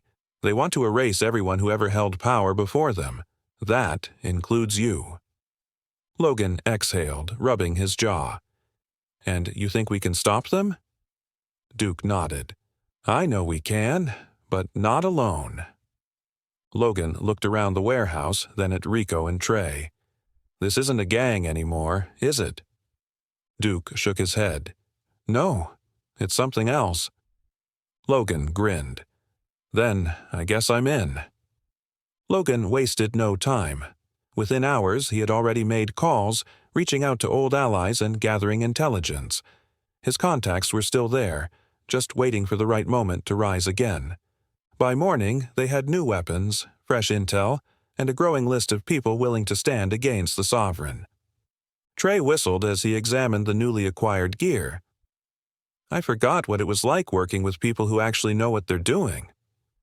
Logan smirked. "Stick with me, kid. You might just survive this." Duke crossed his arms. "Now we just need to make sure we hit them before they hit us." Logan nodded. "Then let's get to work." The war wasn't coming. It was already here. That evening, Duke's phone buzzed. A blocked number. He answered cautiously. "Duke." A low, unfamiliar voice spoke. "You should have taken our offer." Duke tensed. "I don't make deals with cowards." A chuckle on the other end. "Brave words. But let's see how brave you are when we start taking things from you." Duke's grip on the phone tightened. "Try it. See how that works out for you." The line went dead. Rico glanced over. "That them?" Duke nodded. "They're done talking." Trey clenched his fists. "Then we make sure they never get the chance to act." Logan smirked. "Now that's the spirit." The warehouse was busier than it had been in years. Logan had wasted no time mobilizing his people, and now Duke, Rico, and Trey found themselves surrounded by men and women who knew how to fight. Maps were spread out on a table, marking locations of interest, warehouses, hideouts, and suspected Sovereign strongholds. Logan pointed at a red circle. "They'll come from here first. This old dockyard, they've been using it as a staging area." Duke nodded. "So we cut them off before they can spread." Rico cracked his knuckles. "We're really doing this, huh?" Trey smirked. "No turning back now." Duke looked around the room, seeing the faces of those who had once fought against each other now preparing to fight together. This was bigger than just revenge. It was about taking back their future. The city was restless. Word on the street was spreading fast. The Sovereign wasn't just moving in. They were ready to take over, and anyone who stood in their way would be crushed. Duke knew this wasn't just another gang war. This was an extermination. The Sovereign didn't believe in rivals. They erased them. Inside the warehouse, Logan leaned over the table, tracing his finger along a map of the city. Rico and Trey watched carefully, their expressions tense. "We're about to see who's really with us," Logan muttered. Duke nodded. "And who's going to stab us in the back?" The first sign of trouble came from one of their own. Jace, a longtime ally, had been acting off lately, skipping meetings, avoiding eye contact. Rico had noticed first, but now even Trey was getting suspicious. Trey leaned against the wall, arms crossed. "Jace isn't just nervous, he's hiding something." Rico exhaled sharply. "I've seen that look before. He's thinking about running." Duke studied the map, then looked up. Or worse, switching sides. Logan smirked. Then we find out where his loyalties really are. That night, Duke sent Trey to follow Jace. If he was planning something, they needed to know before it was too late. Hours later, Trey returned breathless. "We've got a problem." Duke and Rico turned to him as he dropped into a chair, rubbing his temples. Jace met with the Sovereign. He didn't just talk, he handed over intel. Rico slammed his fist onto the table. "That son of a—" Duke held up a hand. What exactly did he give them? Trey swallowed. "Everything. Our locations, our weapons, our numbers. He sold us out." Logan leaned back, unimpressed. "Should have seen that coming." Duke clenched his jaw. "Then we deal with it." They found Jace outside an old bar, smoking a cigarette. He looked up as Duke, Rico, and Logan approached, his face paling slightly. "Duke, hey man, didn't expect to see you tonight." Duke didn't stop walking until he was inches from Jace. "Cut the act, we know." Jace stiffened. "Know what?" Rico stepped forward. "You gave them everything, you rat. You really thought we wouldn't find out?" Jace's hands trembled slightly. "It wasn't like that, all right? I was just covering my bases." Logan scoffed. "You mean covering your own ass?" Duke exhaled, forcing himself to stay calm. "How much time do we have before they hit us?" Jace hesitated. I don't know." Rico grabbed him by the collar. "Don't lie to me." Jace swallowed hard. "Tomorrow. They're coming tomorrow." Duke let the words settle. They had less than 24 hours before the Sovereign attacked. Jace had signed their death warrant. Duke took a step back. "You can't stay here." Jace's face twisted. "Duke, come on." Rico shoved him away. "You picked your side. Now live with it." Jace looked to Trey for help, but Trey shook his head. "You did this to yourself." Jace's shoulders slumped. "So that's it? You're just cutting me loose?" Duke nodded. "We don't betray our own. You're not one of us anymore." Jace's face contorted with a mix of anger and regret. "You think you're better than me? You think you can win this without me?" Duke didn't answer. He just turned and walked away. Jace was dead to them now. Duke and Logan walked along the warehouse perimeter, scanning every possible entry point. If the Sovereign was going to hit them, they needed to be ready. Logan pointed to the west entrance. "They'll come through here first. They'll assume we won't expect it." Rico grinned. "Which means we make it a trap." Trey nodded. "Explosives? Triggers? Something that'll slow them down?" Duke smirked. "Something worse. We funnel them in, force them into a dead zone. Make sure when they come, they don't leave." Logan chuckled. "I like the way you think." Hours later, Duke sat by himself, staring at an old photo on his phone. A picture of him, Rico, and Jace, years ago, before everything had gone to hell. Trey sat down beside him. "You okay?" Duke sighed. Jace was family. Trey nodded. "Yeah, and he still sold us out." Duke clenched his fists. "Maybe I should have seen it coming." Trey exhaled. "Maybe, but maybe he should have had more faith in us." Duke nodded slowly. "No more second chances." Trey patted his shoulder. "We've got your back." Duke looked out at the city. "I know." By dawn, the warehouse was fortified. Guns were loaded. Traps were set. Everyone was ready. Logan adjusted his vest. "This is it." Duke nodded. "We don't break. We don't run." Rico grinned. "Let's show them why they made the biggest mistake of their lives." The Sovereign was coming. And Duke was ready. The city was eerily quiet, the kind of silence that only came before something violent. Duke stood at the center of the warehouse, hands resting on the table where the final battle plans were laid out. Around him, Rico, Trey, and Logan were making their final checks. The Sovereign was coming, and there was no turning back. Logan adjusted his vest. We hit them hard and fast. They think we're just going to defend. We prove them wrong. Duke nodded. We don't just survive this. We end this. The clock was ticking, and when it struck midnight, the war would begin. The first explosion shattered the night. A car parked outside the warehouse erupted into flames, sending shockwaves through the metal walls. Before the smoke could clear, gunfire rang out. The Sovereign had arrived.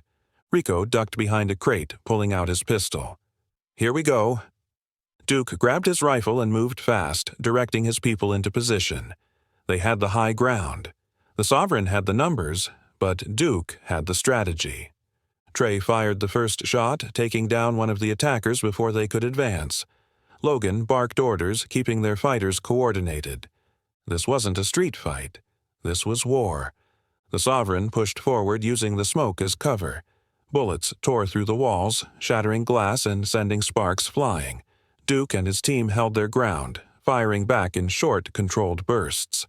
Rico reloaded, breathing hard. They just keep coming. Duke peeked over cover. Hold your fire until they move in closer. Trey nodded. Make them fight on our terms. The first wave of Sovereign fighters rushed in. That was their mistake. Duke gave the signal. Explosives rigged to the entrance detonated, sending debris crashing down. Several attackers were caught in the blast. The rest were forced to scatter. Logan smirked. That bought us some time. Duke exhaled. Not enough. As the gunfire died down for a moment, Duke caught movement near the back entrance. A lone figure walking towards them, hands raised. Jace. Rico tensed. You've got to be kidding me. Duke raised his weapon. Don't move. Jace stopped, his face bruised, his lip bleeding. I had no choice. Trey stepped forward. You always had a choice. Jace shook his head. You don't understand. The Sovereign. Before he could finish, a shot rang out. Jace staggered forward, eyes wide in shock. A dark red stain spread across his chest as he fell to his knees. Duke spun around. A Sovereign sniper had taken the shot. Jace collapsed onto the ground, coughing, reaching for Duke. And then he was gone. Rico clenched his fists. Damn it. Duke stared at Jace's lifeless body, then at the sniper retreating into the darkness. His grip tightened on his weapon. No more running. They were taking this fight to the Sovereign. Duke led the charge. Logan and Rico flanked left, Trey covered the right. They pushed forward, forcing the Sovereign back step by step. The streets became their battlefield. Storefronts shattered, cars flipped, sirens wailed in the distance. But no one was coming to stop this. Duke tackled a Sovereign enforcer, slamming his fist into the man's jaw. Rico took out another with a clean shot. Logan moved like a ghost, cutting through their ranks with military precision. Trey covered their backs, keeping them from being overrun. They're falling apart. Duke saw it too. The Sovereign's forces were breaking. Their leader was nowhere to be found. They had won. Duke didn't relax. Not yet. He knew their leader, Kane, was still out there. He found him inside a burned-out warehouse, standing alone. Kane smirked as Duke approached. You've been busy. Duke raised his weapon. It's over. Kane chuckled. You don't get it, do you? The Sovereign isn't just me. It's an idea. You can't kill an idea. Duke stepped closer. You built this on fear, but fear dies when people stop running. Kane lunged, drawing a blade. Duke sidestepped, grabbed his arm, and twisted. The blade clattered to the ground as Duke drove his fist into Kane's gut, then his jaw. Kane fell to his knees, breathing heavily. So, what now? Duke glanced at Rico and Logan. We let him live. Rico raised an eyebrow. Seriously? Duke nodded. Killing him makes him a martyr. Let him watch everything he built crumble. Kane's face twisted in fury. You think this changes anything? Duke smirked. I know it does. By sunrise, the city was quiet again. The sovereign was finished. The war was over. Duke stood on a rooftop looking over the city. Trey joined him. "Feels different?" Duke nodded. "It is." Logan approached. "So, what's next?" Duke exhaled. "We make sure this never happens again." For the first time in a long time, the city had a future, and Duke was going to protect it. The sun had barely risen, yet the streets still carried the echoes of the battle from the night before. Smoke curled into the air from burned-out vehicles, and the metallic scent of gunpowder lingered like an unshakable ghost. Duke stood outside the ruined warehouse, surveying the aftermath. The sovereign was broken. Their leader, Kane, was captured. The city, for the first time in years, belonged to no one. But there was no celebration, no victory parade, just silence. Logan approached, brushing ash off his vest. "Feels strange, doesn't it?" Duke nodded, eyes scanning the cityscape. "We won, but it doesn't feel like a win." Trey and Rico stood nearby, their expressions somber. They had fought for this moment, bled for it, but now that it had arrived, none of them knew what came next. The war was over, but the scars it left behind would never fade. Duke walked through the streets, past the places where battles had been fought, where friends had fallen. The city had changed overnight.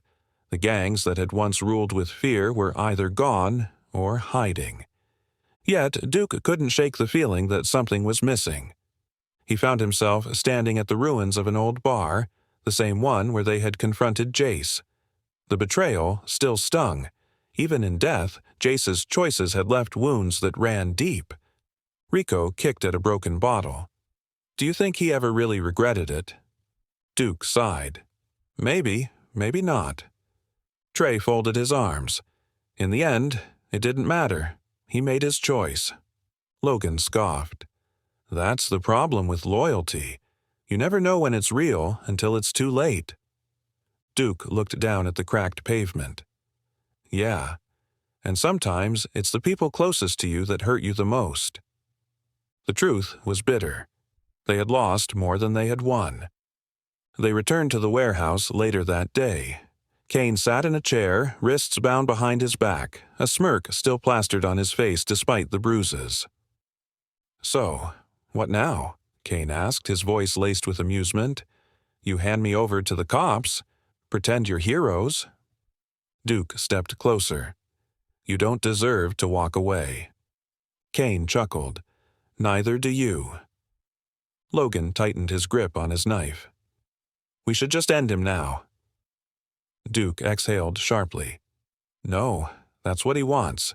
He thinks dying makes him a martyr." Rico crossed his arms.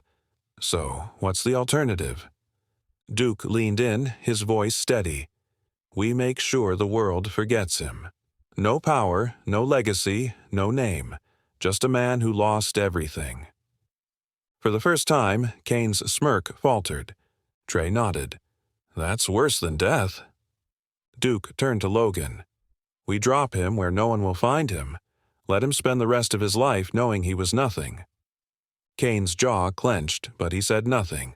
The bitter truth had finally caught up to him. The next morning, Duke walked through the streets that had once been battlegrounds. The echoes of gunfire had faded, replaced by the hum of a city trying to move forward. But moving forward wasn't easy. Small businesses that had once paid protection money to the sovereign were reopening, hesitant but hopeful. People were stepping out of the shadows, reclaiming their neighborhoods. Yet there were reminders of what had been lost. Duke passed a wall covered in memorials, names of people who hadn't survived the war. Jace's name wasn't there. He had picked the wrong side, and history wouldn't remember him. Rico joined Duke, looking over the makeshift tribute. "Feels strange, doesn't it?" Duke nodded. "Yeah, it does." They had won, but they had also lost. By midday, Duke met Logan and Trey at the old warehouse one last time. They had made a pact. This would be the final gathering. Logan leaned against the truck, arms crossed. So, this is really it? Duke exhaled. No more gangs, no more wars. We're done. Trey smirked. Can't believe I'm saying this, but I think I'm ready for that. Rico clapped a hand on his shoulder. About time. Logan pulled a lighter from his pocket and held it up. We burn this place down. No relics, no reminders. We don't look back. Duke gave him a nod. Moments later, flames licked up the sides of the warehouse. The past was burning, and for the first time it didn't feel like a loss. It felt like freedom.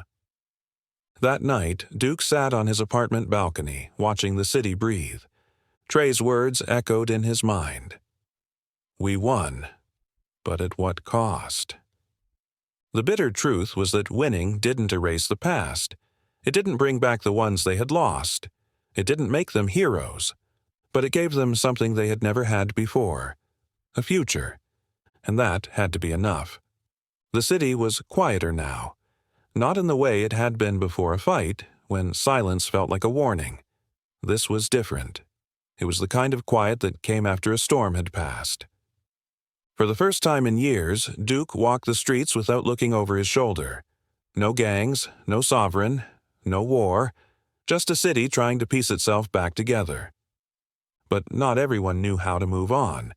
He saw it in the faces of people who had been part of the life, men who had spent years in a cycle of violence. Now that the war was over, they didn't know what to do with themselves. Duke knew the feeling, and he knew he had to do something about it. Duke met with Logan, Trey, and Rico at a small diner, one of the few places in the city that had remained untouched by the war. They sat in a corner booth, coffee cups steaming in front of them. Trey leaned forward. So, what's next? Duke took a sip of his coffee before answering. We give people another option. Rico raised an eyebrow. Another option for what? Duke exhaled. For life, after all this, not everyone knows how to walk away. Logan smirked. You want to save the lost souls of the underworld, Duke? Duke met his gaze. If we don't, who will? Silence settled over the table. None of them had expected to be here. They had spent years fighting to survive, and now they had a chance to build something new. Trey nodded slowly. All right, I'm in. Rico shrugged. Not like I had anything else planned. Logan chuckled. Looks like you've got your team. The first person they approached was Miguel. He had fought alongside them, but Duke could tell he was lost now that the war was over. They found him at a construction site, working under the table for cash. He wiped the sweat from his brow as Duke and Trey approached. Didn't expect to see you two here, Miguel said, tossing down his gloves. Duke nodded. We've got an idea, something that might interest you. Miguel crossed his arms. I'm listening. Trey stepped forward. We're putting together something new, a way to help guys like us stay out of trouble. Miguel studied them for a moment, then sighed. You're serious? Duke nodded. Completely. Miguel exhaled, rubbing his jaw. You really think guys like us can change? Duke didn't hesitate. I think we have to. Miguel smirked. Then, count me in. Over the next few weeks, Duke and his team put their plan into action. They found an old gym, abandoned for years, and started fixing it up. The idea was simple. A place for guys to train, to work, to stay off the streets. Word spread quickly. More faces started showing up. Old rivals, former gang members, people who wanted something different. At first, there was tension. Some of them had fought against each other in the past. But Duke made it clear. This wasn't about the past. It was about the future. Logan ran the training sessions, pushing everyone hard. Rico helped set up job connections. Trey handled security, making sure no trouble found its way inside. And Duke? He kept everyone together. They weren't just surviving anymore. They were building something. Not everyone believed in second chances. Some people thought Duke and his team were wasting their time. Others thought they were weak for trying to change. One night, a group of former Sovereign members showed up outside the gym. They weren't looking for a fresh start. They were looking for revenge. Duke met them at the door, arms crossed. "You looking for trouble?" The leader, a tall man with a scar across his cheek, smirked. "Just wondering if you've gone soft, Duke." Trey stepped up beside him. "You don't want to do this." The man laughed. "And what if we do?" Duke sighed. "Then you've got two choices. You can walk in, put the past behind you, and figure out how to be something more than just another gang member." He took a step closer. "Or you can walk away, but you're not starting another war." For a moment, the man hesitated. He looked at the gym, at the people inside. Then he scoffed, shaking his head. "You're crazy." Duke smirked. "Maybe, but at least I'm free." The man and his crew turned and walked away. The threat wasn't gone, but for now, it was handled. Rico clapped Duke on the shoulder. "Nice speech." Duke chuckled. "I meant it." Duke found himself in the middle of the gym, watching as Logan put a group of new guys through training drills. The sounds of fists hitting punching bags echoed in the air. One of the younger recruits, a kid named Luis, hesitated as he stepped up to spar with an older man. Duke noticed his stance, uncertain, defensive. Duke walked over. "What's wrong?" Luis wiped sweat from his forehead. "I don't know if I can do this. I'm not like you guys." Duke smirked. "You think we were born knowing how to fight?" Luis shook his head. "I just don't want to be that guy anymore, the one who solves everything with his fists." Duke nodded. "Then don't. Fighting isn't about hurting people. It's about control, discipline, knowing when to walk away." Luis hesitated, then nodded, stepping back into the ring. This time, he moved with purpose. Logan glanced at Duke and smirked. "You getting soft?" Duke chuckled. "Nah, just learning." By the end of the night, the gym was empty except for Duke, Trey, Rico, and Logan. They sat on the benches watching the place they had built. Trey stretched his arms. "It's weird. We used to run the streets. Now we're running a gym." Rico chuckled. "Yeah, and somehow this is harder." Logan smirked. "But it's worth it." Duke leaned back against the wall, watching the sign above the door. "Yeah, it is." They weren't soldiers anymore. They weren't gangsters. They were something new. And for the first time, they had chosen this life. The city had changed. In the weeks since the Sovereign had fallen, the streets had begun to heal. Businesses that once operated under fear started to flourish. Families that had stayed hidden in their homes now walked freely. But not everyone was ready to forget. Duke knew that the past didn't just disappear overnight. It lingered like a ghost, waiting for the right moment to pull people back in. And for those who had lived by the rules of the streets, walking away wasn't as simple as closing a door. It was a constant fight, and not everyone would win it. Duke stood on a rooftop overlooking the old districts, the places where wars had been fought and blood had been spilled. Even from up here he could see the scars, burned-out buildings, graffiti from gangs that no longer existed. Trey joined him, sipping from a cup of coffee. "Feels weird, doesn't it? Like the city's holding its breath." Duke nodded. "It's waiting." Trey raised an eyebrow. "For what?" Duke exhaled. "To see if we actually changed anything." And that was the truth. They had won the fight, but the battle for the city's future was just beginning. With the Sovereign gone, a power vacuum had been left behind. Some people wanted to step in and take over. Others wanted things to return to the way they had been before. Duke and his team had a different plan. They met at the gym, now their unofficial headquarters, to discuss what came next. Rico tossed a newspaper onto the table. "People are talking. Some think we're the new rulers of the city." Logan smirked. "They're not wrong." Duke shook his head. "We're not running the city. We're making sure no one else does." Trey leaned back. So what? We're peacekeepers now.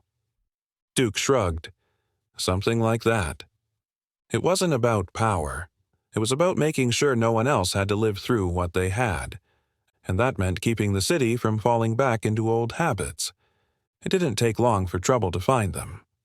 One night, a local shop owner came to the gym, nervous and hesitant. There's someone new trying to move in. They're saying they run things now. Duke clenched his jaw. Who? The man shook his head. I don't know, but they're not afraid to use violence. Logan exhaled. Of course someone would try to take advantage of the chaos. Rico cracked his knuckles. Looks like we're not done yet. Duke stood up. Let's send a message. They found the group causing trouble outside an old warehouse, shaking down workers and demanding protection money. It was the same old game, just with new players. Duke and his team moved in fast, surrounding them before they even knew what was happening.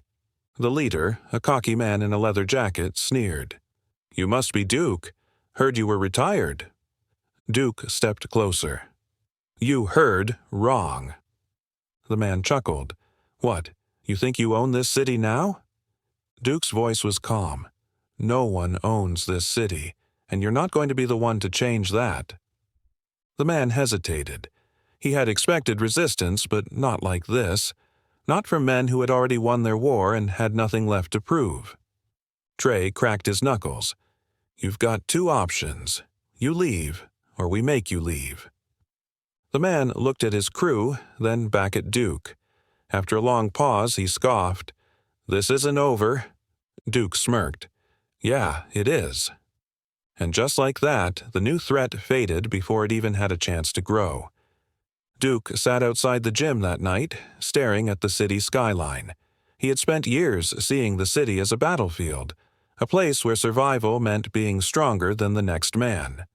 But now it was different. Trey sat beside him, watching the same view. Think people will ever see us as something other than gangsters? Duke smirked. I don't care how they see us. I care about what we do. Trey nodded. Yeah, I guess that's what matters. For the first time in a long time, they weren't just surviving. They were building something worth fighting for. The next day, Duke met with city officials, people who had once ignored their part of town. But now they were listening. He laid out a plan, not just for the gym, but for schools, for job programs, for opportunities. He didn't want to control the streets. He wanted to make sure people never had to walk the same road he had. Rico was skeptical. You really think they'll listen? Duke nodded. They have no choice. We're proving it's possible. For once, the city was paying attention, and for once, change felt real. Months later, Duke walked through the streets, past businesses that were thriving, past people who no longer had to live in fear. He wasn't a king. He wasn't a warlord. He was just a man who had made a choice. And as long as he, Trey, Rico, and Logan stood together, no one would take that choice away from the city again. The lesson was clear. Power didn't come from ruling the streets. It came from changing them. And that was the legacy they would leave behind. The city had changed, but it wasn't finished. Duke knew better than anyone that real change didn't happen overnight. The cracks in the system ran deep, and for every step forward there would always be those looking to drag things back into the past. But for the first time, there was hope. He stood outside the gym, watching as people filtered in, not just former gang members, but kids looking for structure, men trying to rebuild their lives, and even those who had never known the streets but wanted to be part of something real. This wasn't just a gym anymore. It was a new beginning. Duke, Trey, Rico, and Logan gathered in the back office, their first meeting in months where they weren't planning for a war. Trey leaned back in his chair. Feels weird, doesn't it, not having an enemy? Logan smirked. Give it time. The city never stays quiet for long. Rico chuckled. Yeah, but at least now we get to choose our fights. Duke nodded. And we fight for something that actually matters. That was the difference. They weren't just surviving anymore, they were building something worth protecting. And that was a fight they could win. Word about the gym had spread beyond their district. Other neighborhoods wanted to know how they had done it, how they had taken a place once ruled by gangs and turned it into something positive. Duke and his team met with local leaders, city officials, and even old rivals who now wanted the same thing for their communities. Some were skeptical. "You really think you can fix the streets?" one official had asked. Duke had simply replied, "We already are." And for the first time, people were listening. One night, Duke received an unexpected message, a meeting request, from Kane. Duke almost ignored it, but something in him knew he had to go. Not for closure, not for revenge, but because some battles weren't fought with fists or guns. He met Kane in an old diner on the edge of the city. The former sovereign leader looked different, thinner, less sure of himself. The arrogance was gone. "You really did it," Kane muttered, stirring his coffee. "You changed the city." Duke didn't reply. He just watched. Kane exhaled. "You know, I never thought it would end like this. Thought we'd die fighting." Duke smirked. "Maybe that's the difference between us. I never wanted to die fighting. I wanted to live winning." Kane nodded slowly. "So, what happens now?" Duke leaned forward. "You decide. You can keep looking for ways to claw back what you lost, or you can find something worth building." For the first time, Kane had no comeback. Duke stood up, tossing a few bills on the table. "Your choice." And then he walked away. Some people never changed, but for those who wanted to, the door would always be open. Weeks later, the gym held its biggest event yet, an exhibition match open to the public, meant to bring the community together. The bleachers were full, the energy electric. Duke stood at the edge of the ring, watching as two young fighters squared off. They weren't street fighters, they weren't gangsters, they were athletes, competitors. And that was the point. Logan leaned against the ropes. "You ever think we'd end up here?" Duke chuckled. "Not in a million years." Trey smirked. "Guess we did something right." Rico nodded. "For once." The fight ended, the crowd cheering. A kid who might have ended up in a gang was now shaking hands with his opponent, learning discipline, respect, and control. That was the real victory. Duke stepped into the ring, grabbing the microphone. He looked out at the people, the community that had once been ruled by fear and now stood together. "This gym isn't just about fighting," he said. "It's about proving we can be more than what we used to be. The past doesn't define us. The choices we make now do." The applause was deafening. Duke stepped back, handing the mic to one of the younger trainers. This wasn't just his fight anymore.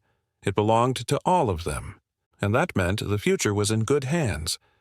As Duke walked through the empty gym that night, he ran his hand along the old punching bags, the worn-out mats, the place that had become the heart of something bigger than himself. This wasn't just where they trained. This was where people found second chances. Trey entered, tossing him a water bottle. "You look like a man deep in thought." Duke smirked. "Just thinking about how far we've come." Trey sat on the bench beside him. "You ever think we'd make it out of that life?" Duke exhaled. "No, but now I can't imagine going back." Trey nodded. "Then we did something right." For once, Duke believed that was true. Later that night, Duke stood outside watching the city lights. Logan, Trey, and Rico joined him, each of them knowing the journey wasn't over. Duke took a deep breath. "So, what's next?" Trey grinned. "We keep going." Rico smirked. "We make sure no one forgets why we fought." Logan flicked his cigarette away. "And we never go back." Duke nodded. That was the only answer that mattered. They had won their war, but their real legacy had just begun, and as long as they had each other, they would keep moving forward. The past was behind them. The future was waiting, and they were ready.